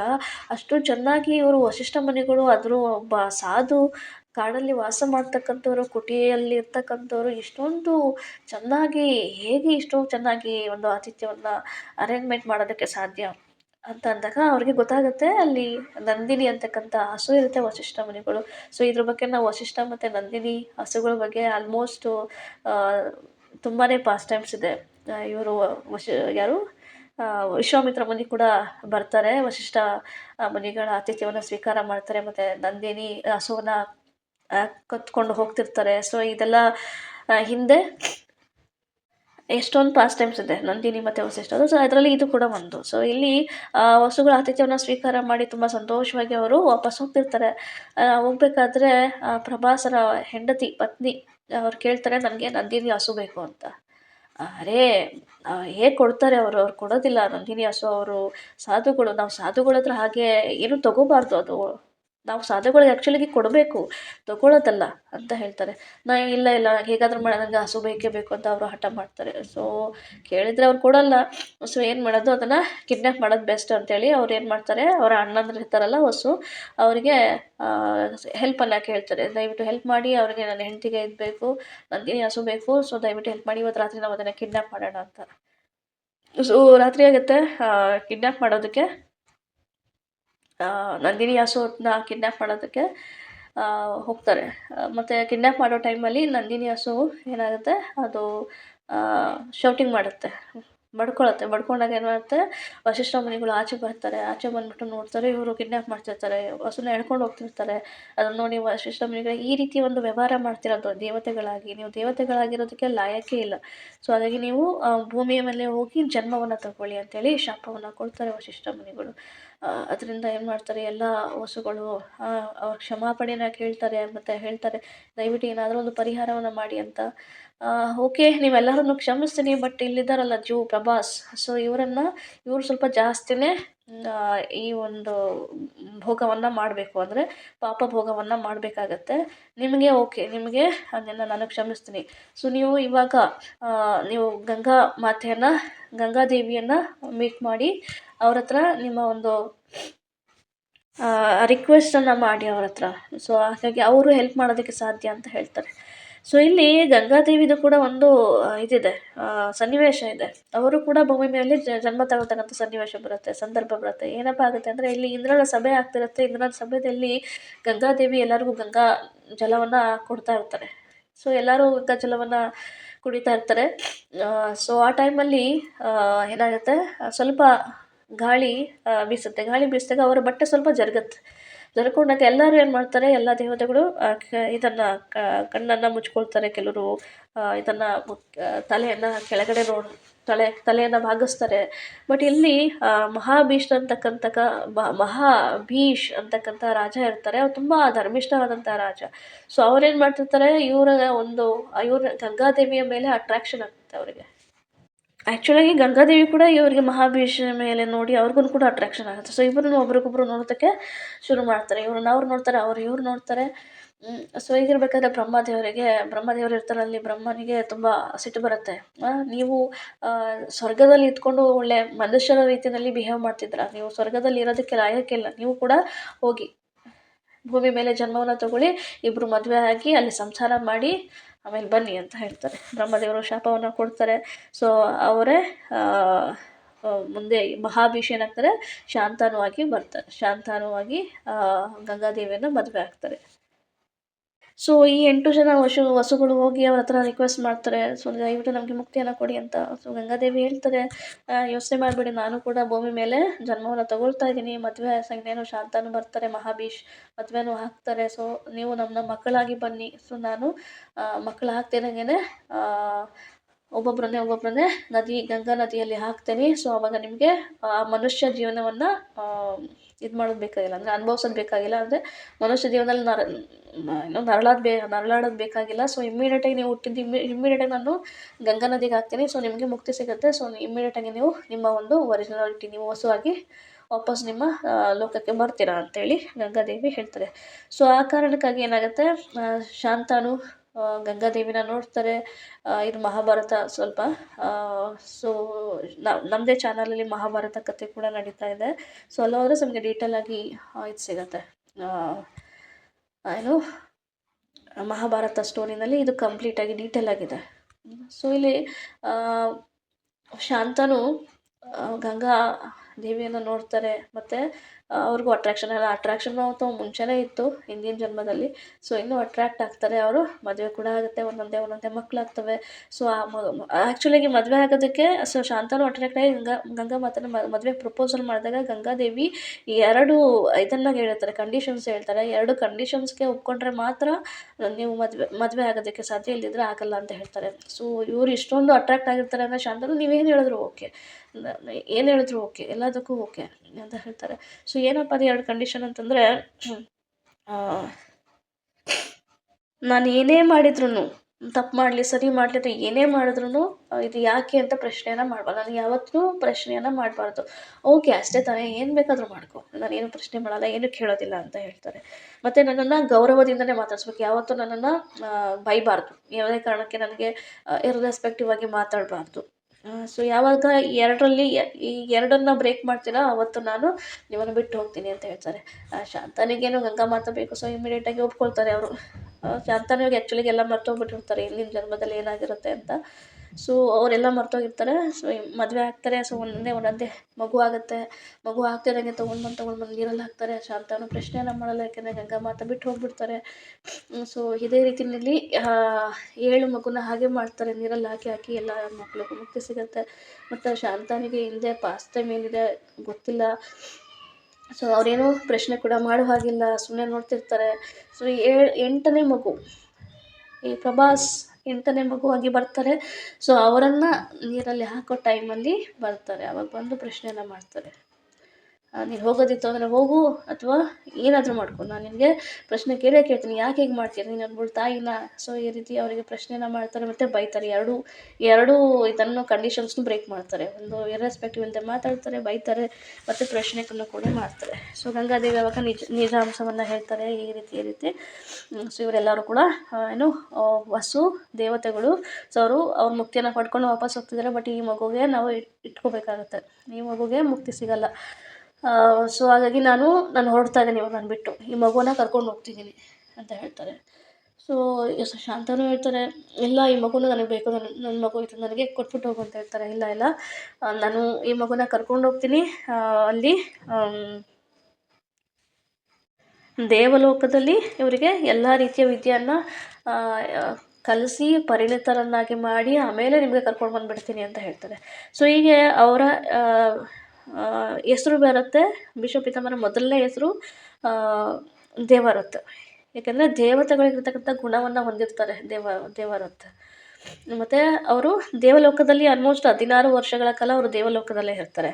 ಅವರು ಪರಶುರಾಮರಿಂದ ಶಸ್ತ್ರವಿದ್ಯೆಯನ್ನು ಕಲಿತಾರೆ, ಮತ್ತು ಬೃಹಸ್ಪತಿ ಅವರಿಂದ ನೀತಿ ವಿದ್ಯೆಯನ್ನು ಕಲಿತಾರೆ. ಹೀಗೆ 16 ವರ್ಷಗಳ ಕಾಲ ಅವರು ದೇವಲೋಕದಲ್ಲೇ ಇರ್ತಾರೆ. ಸೊ ಹಾಗಾಗಿ ಅವರ ಹೆಸರು ದೇವರಥ ಅಂತ ಬರುತ್ತೆ. ಸೊ 16 ವರ್ಷಗಳ ನಂತರ ಏನು ಮಾಡ್ತಾರೆ, ಇವರು ಬರ್ತಾರೆ. ಗಂಗಾ ಮಾತಾ ತನ್ನ ಮಗನೊಂದಿಗೆ ಬಂದು ಶಾಂತನುವಿಗೆ ಇವರನ್ನು ಕೊಡ್ತಾರೆ, ಶಾಂತನಿಗೆ ಒಪ್ಪಿಸ್ತಾರೆ. ಸೊ ಇವ್ರಿಗೆ ಎಲ್ಲ ರೀತಿಯಲ್ಲಿ ಪರಿಣಿತರಾಗಿದ್ದಾರೆ. ನೀವೇನು ಕಲಿಸ್ಬೇಕಾಗಿಲ್ಲ, ನೇರವಾಗಿ ಸಿಂಹಾಸನದ ಮೇಲೆ ಕೂರಿಸಿ ರಾಜ್ಯವಾಡಳಿತವನ್ನು ಚೆನ್ನಾಗಿ ಮಾಡ್ತಾರೆ ಅಂತ ಹೇಳಿ ಗಂಗಾದೇವಿ ಅವರನ್ನು ಒಪ್ಪಿಸಿ ದೇವರಥರನ್ನು ಶಾಂತನಿಗೆ ಒಪ್ಪಿಸಿ ಅವರು ಹೋಗ್ತಾರೆ. ಸೊ ದೇವರಥ ತುಂಬ ಖುಷಿ ಆಗ್ತಾರೆ, ನನ್ನ ಮಗ ತುಂಬ ಬಲಿಷ್ಠ ಮತ್ತು ತುಂಬ ಬುದ್ಧಿವಂತ, ಶಸ್ತ್ರವಿದ್ಯೆಯಲ್ಲಿ ತುಂಬ ನಿಪುಣ, ಎಲ್ಲದರಲ್ಲೂ ನಿಪುಣನಾಗಿದ್ದಾನೆ ಅಂತ ತುಂಬ ಖುಷಿಯಾಗಿರ್ತಾರೆ. ಬಟ್ ಶಾಂತನು ಏನಾಗುತ್ತೆ, ಒಂದು ಸಲ ಇನ್ನೊಬ್ಬ ಹುಡುಗಿಗೆ, ಅಂದರೆ ಯೋಜನಗಂಧ ಸತ್ಯವತಿ ಅಂತಲೂ ಹೆಸರು, ಅವರಿಗೆ ಅಟ್ರಾಕ್ಷನ್ ಆಗ್ತಾರೆ. ಅವ್ರ ಮೇಲೆ ಅವರಿಗೆ ಆಕರ್ಷಣೆ ಆಗುತ್ತೆ. ಈ ಯೋಜನಗಂಧ ಏನಪ್ಪ ಅಂತಂದರೆ ಅವರು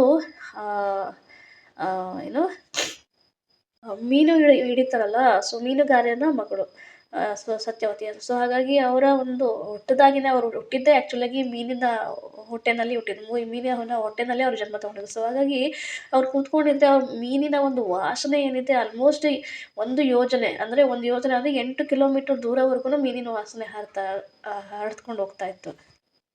ಬಟ್ ಪರಶುರಾಮರು ಪರಾಶರ ಮುನಿಗಳ ಒಂದು ಬ್ಲೆಸ್ಸಿಂಗ್ಸಿಂದ ಅವ್ರಿಗೇನಾಗುತ್ತೆ, ಮತ್ಸ್ಯಗಂಧ ಹೋಗಿ ಅವರ ಬ್ಲೆಸ್ಸಿಂಗ್ಸಿಂದ ಮತ್ಸ್ಯಗಂಧ ಹೋಗಿ ಅವರು ಸುವಾಸನೆ ಇಂದ ಕೂಡಿರುತ್ತೆ. ಅವರ ಒಂದು ಇವಾಗ 8 ಕಿಲೋಮೀಟರ್ ದೂರವರೆಗೂ ಅವರ ಒಂದು ಸುವಾಸಿತವಾದಂತಹ ಪರಿಮಳವಾಗಿರ್ತಕ್ಕಂಥ ಒಂದು ವಾಸನೆ ಹರಡುತ್ತೆ ಎಲ್ಲ ಕಡೆ 8 ಮೈಲಿ ದೂರವರೆಗೂ. ಆ ರೀತಿಯ ಒಂದು ವರವನ್ನು ಇವರು ಪರಾಶರ ಮುನಿಗಳು ಕೊಟ್ಟಿರ್ತಾರೆ. ಸೊ ಹೀಗೆ ಶಾಂತನು ರಾಜ ಹೀಗೆ ಕಾಡಲ್ಲಿ ಬರಬೇಕಾದ್ರೆ, ವನವಿಹಾರ ಮಾಡಬೇಕಾದ್ರೆ ಅವ್ರಿಗೂ ಸ್ಮೆಲ್ ಬರುತ್ತೆ. ಏನಿದಿಷ್ಟು ಸುವಾಸನೆ ಇದೆ, ಸೊ ಸ್ಮೆಲ್ಲನ್ನು ಫಾಲೋ ಮಾಡ್ಕೊಂಡು ಬರ್ತಾರೆ. ಅಲ್ಲಿ ಇರ್ತಾರೆ ಸತ್ಯವತಿ, ಯೋಜನಗಂಧ. ಸತ್ಯವತಿನ ನೋಡಿ ಇವರು ತುಂಬ ಆಕರ್ಷಣೆಗೊಳಗಾಗ್ತಾರೆ. ಸೊ ಅವರನ್ನು ಮದುವೆ ಮಾಡ್ಕೋಬೇಕು ಅಂತ ಇಷ್ಟಪಡ್ತಾರೆ. ಮತ್ತು ಅಲ್ಲಿ ಹೋಗ್ತಾರೆ, ಅವ್ರ ತಂದೆ ಹತ್ರ ಹೋಗಿ ಕೇಳ್ತಾರೆ ಮದುವೆಗೆ. ಅದಕ್ಕೆ ಅವ್ರ ತಂದೆ ಒಪ್ಕೊಳ್ಳೋದೆ. ಫಸ್ಟ್ ಅವ್ರು ಹೇಳ್ತಾರೆ, ನಿನಗೆ ಆಲ್ರೆಡಿ ಮಗ ಇದ್ದಾರೆ, ಸೊ ರಾಜ್ಯ ಎಲ್ಲ ಅವ್ರಿಗೆ ಹೋಗುತ್ತೆ. ನನಗೆ ಏನು ಇಚ್ಛೆ, ನನ್ನ ಮಗಳನ್ನು ಮದುವೆ ಆದರೆ ನನ್ನ ಮಗಳ ಮಕ್ಕಳೇ ಆ ರಾಜ್ಯವನ್ನು ಆಳಬೇಕು, ಆ ರಾಜ್ಯಕ್ಕೆ ನಮ್ಮ ಉತ್ತರಾಧಿಕಾರಿ ಆಗಬೇಕು. ಹಾಗಿದ್ರೆ ಮಾತ್ರ ಮದುವೆ ಆಗು, ಇಲ್ಲಿದ್ರೆ ಬೇಡ. ಸೊ ಶಾಂತನು ಅದಕ್ಕೆ ಒಪ್ಕೊಳ್ಳೋದಿಲ್ಲ. ದೇವರತ್ನ ಆಲ್ರೆಡಿ ಉತ್ತರಾಧಿಕಾರಿಯನ್ನಾಗಿ ಮಾಡಿಬಿಟ್ಟಿದ್ದಾರೆ. ಸೊ ಇವಾಗ ಮತ್ತೆ ಸತ್ಯವತಿನ ಮದುವೆ ಆಗಿ ಮತ್ತೆ ಸತ್ಯವತಿ ಮಕ್ಕಳನ್ನ ಹೇಗೆ ಇದು ಮಾಡೋಕ್ಕಾಗತ್ತೆ? ಅವ್ರಿಗೆ ಕ್ವಾಲಿಫಿಕೇಷನ್ ಇದೆಯೋ ಇಲ್ವೋ ಗೊತ್ತಿಲ್ವಲ್ಲ, ಯಾವ ರೀತಿ ಮಕ್ಕಳು ಹುಡ್ತಾರೋ ಗೊತ್ತಿಲ್ಲ. ಸೊ ಹಾಗಾಗಿ ಒಪ್ಕೊಳ್ಳೋದಿಲ್ಲ. ಬಟ್ ಆದ್ರೂ ಅವ್ರಿಗೆ ಆಕರ್ಷಣೆ ಏನಿದೆ ಸತ್ಯವತಿಯ ಮೇಲೆ, ಅವ್ರಿಗೆ ಹೋಗೋದಿಲ್ಲ. ಸೊ ದೇವರ ಹತ್ರ ಗೊತ್ತಾಗುತ್ತೆ ಅವ್ರ ತಂದೆ ಒಂದು ವೇದನೆ. ಅವ್ರು ಹೋಗ್ತಾರೆ, ಅವರು ಇಲ್ಲಿಗೆ ಸತ್ಯವತಿಯ ಮನೆಗೆ ಹೋಗ್ತಾರೆ. ಅವ್ರ ತಂದೆ ಹತ್ರ ಮಾತಾಡ್ತಾರೆ. ಅವ್ರ ತಂದೆ ಹೇಳ್ತಾರೆ, ಇಲ್ಲ, ನನಗೆ ರಾಜ್ಯವನ್ನು ಸತ್ಯವತಿಯ ಮಕ್ಕಳೇ ಆಳಬೇಕು, ಆಗಿದ್ರೆ ಮಾತ್ರ ನಾನು ನನ್ನ ಮಗಳನ್ನ ಕೊಡ್ತೀನಿ ಅಂತ ಹೇಳ್ತಾರೆ. ಸೊ ಹಾಗೆ ಹೇಳ್ತಾರೆ, ಇಲ್ಲ, ನಾನು ಸಿಂಹಾಸನವನ್ನು ಏರೋದಿಲ್ಲ, ನನಗೆ ರಾಜ್ಯಪಟ್ಟ ಬೇಕಾಗಿಲ್ಲ, ಸೊ ಸತ್ಯವತಿಯ ಮಕ್ಕಳನ್ನೇ ಸೊ ರಾಜರನ್ನಾಗಿ ಮಾಡ್ತೀವಿ ಅಂತ ಹೇಳ್ತಾರೆ. ಇದನ್ನು ಹೇಗೆ ನಂಬೋದು? ನೀವೇನೋ ರಾಜ ಆಗಲ್ಲ ಅಂತ ಹೇಳ್ತೀರ, ನಾಳೆ ನಿಮಗೂ ಮದುವೆ ಆಗುತ್ತೆ, ಮಕ್ಕಳಾಗುತ್ತೆ, ಮಕ್ಕಳು ಬಿಡಬೇಕಲ್ಲ, ಮಕ್ಕಳು ಇದು ನಂದು ಇದು ಸಿಂಹಾಸನ ಅಂತ ಏನು ಹೇಳೋದು? ಸೊ ಹಾಗಾಗಿ ಅವ್ರು ಏನು ಮಾಡ್ತಾರೆ, ನಾನು ಆ ಜನ್ಮ ಬ್ರಹ್ಮಚಾರಿಯಾಗಿರ್ತೀನಿ, ನನ್ನ ಮದುವೆನೇ ಆಗೋದಿಲ್ಲ ಅಂಥೇಳಿ ಅವರು ಇದನ್ನು ತಗೊಳ್ತಾರೆ, ಪ್ರತಿಜ್ಞೆಯನ್ನು ಮಾಡ್ತಾರೆ. ಓಕೆ, ಪ್ರತಿಜ್ಞೆಯನ್ನು ಅದರಲ್ಲೂ ಅವ್ರಿಗೆ ಸಂತೃಪ್ತಿ ಆಗೋದಿಲ್ಲ, ಅವಾಗಲೂ ಸಂತೃಪ್ತಿ ಆಗೋದಿಲ್ಲ. ಓಕೆ, ಬಟ್ ನೀವು ತುಂಬ ಶಕ್ತಿಶಾಲಿ, ನೀವು ಬೇರೆ ಯಾರನ್ನಾದ್ರೂ ಬಿಡ್ಬೋದು, ಬೇರೆ ರಾಜನಿಗೆ ಹೇಳ್ಬಿಟ್ಟು ಅವರನ್ನು ಸೋಲಿಸಿ ಆ ರಾಜ್ಯವನ್ನು ಕಿತ್ಕೋಬೋದು ನೀವು ಅಂತ ಹೇಳ್ತಾರೆ. ಸೊ ಮತ್ತೆ ಇನ್ನೊಂದು ಪ್ರತಿಜ್ಞೆಯನ್ನು ಮಾಡ್ತಾರೆ, ಏನು, ನಾನು ಯಾವಾಗಲೂ ಹಸ್ತಿನಾಪುರದಲ್ಲಿ ಯಾರು ರಾಜನಾಗಿರ್ತಾರೋ ಅವರಿಗೆ ನಾನು ಸಪೋರ್ಟ್ ಮಾಡ್ಕೊಂಡಿರ್ತೀನಿ, ಯಾವಾಗಲೂ ಹಸ್ತಿನಾಪುರದ ಆ ರಾಜ್ಯವನ್ನು ನಾನು ಸಂರಕ್ಷಣೆಯನ್ನು ಮಾಡ್ತೀನಿ ಅಂಥೇಳಿ ಮತ್ತೆ ಇನ್ನೊಂದು ಪ್ರತಿಜ್ಞೆಯನ್ನು ಮಾಡ್ತಾರೆ. ಈ ಒಂದು ಇದನ್ನು ಭೀಷ್ಮ ಪ್ರತಿಜ್ಞೆ ಅಂತ ಕರೀತಾರೆ. ಯಾಕಂದರೆ ಆಜನ್ಮ ಬ್ರಹ್ಮಚಾರಿ, ತಂದೆಯ ಸುಖಕ್ಕೋಸ್ಕರ, ತಂದೆಯ ಸಂತೋಷಕ್ಕೋಸ್ಕರ ಇವರು ಆ ಜನ್ಮ ಬ್ರಹ್ಮಚಾರಿಯಾಗಿರೋದಕ್ಕೆ ಒಂದು ಪ್ರತಿಜ್ಞೆಯನ್ನು ಮಾಡ್ತಾರೆ. ಈ ಪ್ರತಿಜ್ಞೆ ಇದು ಭೀಷ್ಮ ಪ್ರತಿಜ್ಞೆ. ನನಗೆ ರಾಜನಾಗಿರ್ತಕ್ಕಂಥ ಅವಕಾಶ ಇದೆ, ಈ ಒಂದು ಅವಕಾಶವನ್ನು ಬಿಟ್ಟು, ಈ ಅವಕಾಶವನ್ನೇ ಬೇಡ, ನನಗಿದು ರಾಜನಾಗೋದೇ ಬೇಡ ಅಂತೇಳಿ ಬಿಡ್ತಾರೆ. ತುಂಬ ಈಸಿಯಾಗಿರ್ತಕ್ಕಂಥದ್ದಲ್ಲ. ಅಷ್ಟು ಒಬ್ಬ ಕಾಡಲ್ಲಿರ್ತಕ್ಕಂಥವ್ನಿಗೆ ಏನೂ ಇಲ್ಲ, ಸೊ ಆತನೇ ಬ್ರಹ್ಮಚಾರ್ಯವನ್ನು ಪಾಲನೆ ಮಾಡೋದು ತುಂಬ ಕಷ್ಟ ಇರುತ್ತೆ. ಬಟ್ ಇಲ್ಲಿ ದೇವವ್ರತ ರಾಜನ ಮಗ, ಅವ್ರ ಸುತ್ತಮುತ್ತ ಆಳು ಕಾಳು ಮತ್ತು ಎಷ್ಟು ಸ್ತ್ರೀಯರು, ಕಣ್ಣಿಗೆ ಬೇಕಾದಂಥ ಸ್ತ್ರೀಯರು, ಯಾಕಂದರೆ ಅಷ್ಟು ಪರಾಕ್ರಮಿ ಆಗಿರ್ತಾರೆ. ಸೊ ಆ ಒಂದು ವೈಭೋಗದಲ್ಲಿ ಅವರು ಏನು ಮಾಡ್ತಾರೆ, ಮದುವೆ ಆಗದೆ ಇರ್ತಾರೆ. ಆಜನ್ಮ ಬ್ರಹ್ಮಚಾರಿಯನ್ನು ಪಾಲನೆ ಮಾಡ್ತೀನಿ ಅಂತ ಹೇಳ್ತಾರೆ. ಸೊ ಈ ಒಂದು ಪ್ರತಿಜ್ಞೆಯನ್ನು ಕೇಳಿ ಎಲ್ಲ ದೇವತೆಗಳು ಭೀಷ್ಮ ಭೀಷ್ಮ ಭೀಷ್ಮ ಅಂಥೇಳಿ, ಭೀಷ್ಮ ಪ್ರತಿಜ್ಞೆ ಅಂತೇಳಿ ಆವಾಗಿಂದ ಅವರ ಹೆಸರು ಭೀಷ್ಮ ಅಂತಕ್ಕಂಥ ಒಂದು ಪ್ರತಿಜ್ಞೆ ಆಗುತ್ತೆ. ಭೀಷ್ಮ ಅಂತಕ್ಕಂಥ ಹೆಸರು ಅವರಿಗೆ ಬರುತ್ತೆ, ಭೀಷ್ಮ ಪಿತಾಮಹನ ಹೆಸರು ಬರುತ್ತೆ. ಸೊ ಇದು ಭೀಷ್ಮ ಪಿತಾಮಹರ ಒಂದು ಇತಿಹಾಸ. ಸೊ ಹೀಗೆ ಕುರುಕ್ಷೇತ್ರ ಯುದ್ಧದಲ್ಲಿ ಅರ್ಜುನನಿಂದ ಅವರು ಬಾಣದ ಏಟನ್ನು ತಿಂದು ಅವ್ರು ಏನು ಮಾಡ್ತಾರೆ, ಬಾಣಗಳ ಹಾಸಿಗೆ ಅಷ್ಟೊಂದು ಬಾಣಗಳನ್ನು ಹೊಡೆದಿರ್ತಾರೆ ಭೀಷ್ಮ ಪಿತಾಮಹರಿಗೆ ಅರ್ಜುನ. ಸೊ ಅದೇ ಒಂದು ಬಾಣ ಒಂದು ಹಾಸಿಗೆ ಆಗಿರುತ್ತೆ. ಸೊ ಹಾಸಿಗೆ ಮೇಲೆ ಮಲಗಿರ್ತಾರೆ. ಆಲ್ಮೋಸ್ಟ್ 56 ದಿನಗಳವರೆಗೆ ಅವರು ಭೀಷ್ಮ ಪಿತಾಮಹರು ಆ ಬಾಣಗಳ ಮೇಲೆ ಮಲಗಿರ್ತಾರೆ, ಪ್ರತೀಕ್ಷೆ ಮಾಡ್ತಾ ಮಲಗಿರ್ತಾರೆ. ಯಾರಿಗೆ ಯಾರಿಗೆ ಪ್ರತೀಕ್ಷೆ ಮಾಡ್ತಾರೆ? ಉತ್ತರಾಯಣ. ಉತ್ತರಾಯಣ ಪ್ರತೀಕ್ಷೆಯನ್ನು ಮಾಡ್ತಾ ಮಲಗಿರ್ತಾರೆ. ಉತ್ತರಾಯಣ ಅಂತಂದರೆ ಅದು ಯಾವಾಗ ಸೂರ್ಯ ಧನು ರಾಶಿಯಿಂದ ಏನು ಮಾಡ್ತಾರೆ ಮಕರ ರಾಶಿಗೆ ಹೋದಾಗ ಅದು ಆವಾಗ ಉತ್ತರಾಯಣ ಆರಂಭ ಆಗುತ್ತೆ.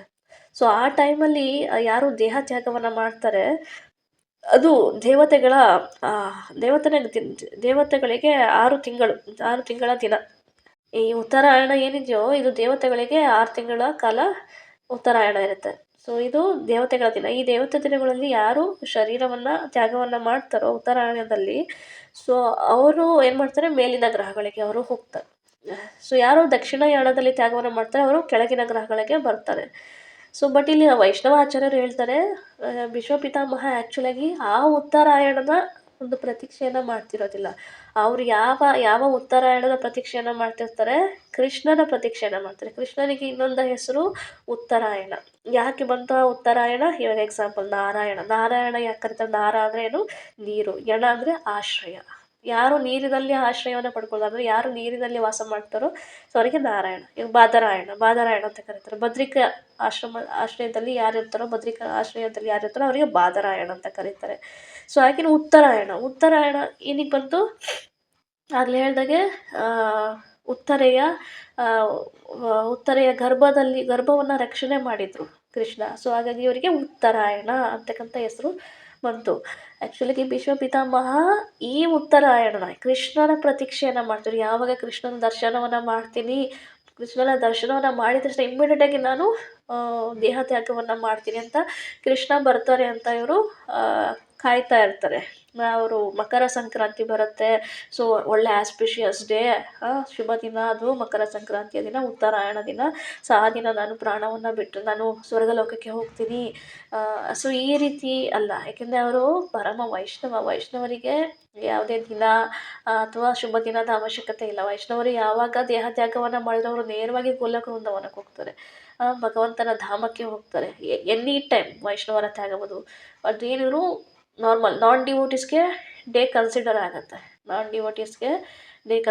ಬೆಳಗ್ಗೆ ಸಾಯಂಕಾಲ ಉತ್ತರಾಯಣ ದಕ್ಷಿಣಾಯನ ಇದೆಲ್ಲ ನಾನ್ ಡಿವೋಟೀಸ್ಗೆ ಭಗವಂತನ ಭಕ್ತರಿಗೆ ಯಾವಾಗ ದೇಹ ತ್ಯಾಗ ಮಾಡಿರೋ ಅವರು ನೇರವಾಗಿ ಭಗವದ್ಧಾಮಕ್ಕೆ ಹೋಗ್ತಾರೆ. ಅದು ರಾತ್ರಿನೋ ಹಗಲು ಅಥವಾ ದಕ್ಷಿಣಾಯಣನೋ ಏನೋ ಒಂದು. ಸೊ ಹೀಗೆ ಭೀಷ್ಮ ಪಿತಾಮಹರು ಕೃಷ್ಣನ ಉತ್ತರಾಯಣನ ಪ್ರತೀಕ್ಷೆಯನ್ನು ಮಾಡ್ತಾ ಇರ್ತಾರೆ. ಕೃಷ್ಣನ ದರ್ಶನವನ್ನು ಯಾವಾಗ ಮಾಡ್ತೀನಿ ಅಂತ. ಸೊ ಅಲ್ಲಿಗೆ ಕೃಷ್ಣ 5 ಜನ ಪಾಂಡವರ ಜೊತೆ ತನ್ನ ರಥವನ್ನು ಓಡಿಸ್ತಾ ಭಗವಂತ ಅಲ್ಲಿಗೆ ಬರ್ತಾರೆ. ಸೊ ನೆಕ್ಸ್ಟು ಕ್ಲಾಸಲ್ಲಿ ಮುಂದೆ ಏನಾಗುತ್ತೆ, ಏನು ಡಿಸ್ಕಷನ್ ಆಗುತ್ತೆ, ಸೊ ಯಾವ ರೀತಿಯ ಸ್ತೋತ್ರಗಳನ್ನು ಭೀಷ್ಮ ಪಿತಾಮಹರು ಭಗವಂತನಿಗೆ ಹೇಳ್ತಾರೆ, ಸೊ ಮುಂದಿನ ಕ್ಲಾಸಲ್ಲಿ ಡಿಸ್ಕಷನ್ ಮಾಡೋಣ. ಶ್ರೀಲ ಪ್ರಭುಪಾದ ಮತ್ತು ಶ್ರೀಲ ಗುರುದೇವರ ಕೃಪೆಯಿಂದ ನಾನು ನಿಮ್ಮಲ್ಲಿ ಗೊತ್ತಿರೋಷ್ಟು ವಿಚಾರಗಳನ್ನು ಶೇರ್ ಮಾಡ್ಕೊಳ್ಳೋದಕ್ಕೆ ಸಾಧ್ಯವಾಯಿತು. ನಾನೇನಾದರೂ ತಪ್ಪಾಗಿ ಹೇಳಿದರೆ ದಯವಿಟ್ಟು ಕ್ಷಮಿಸಿ.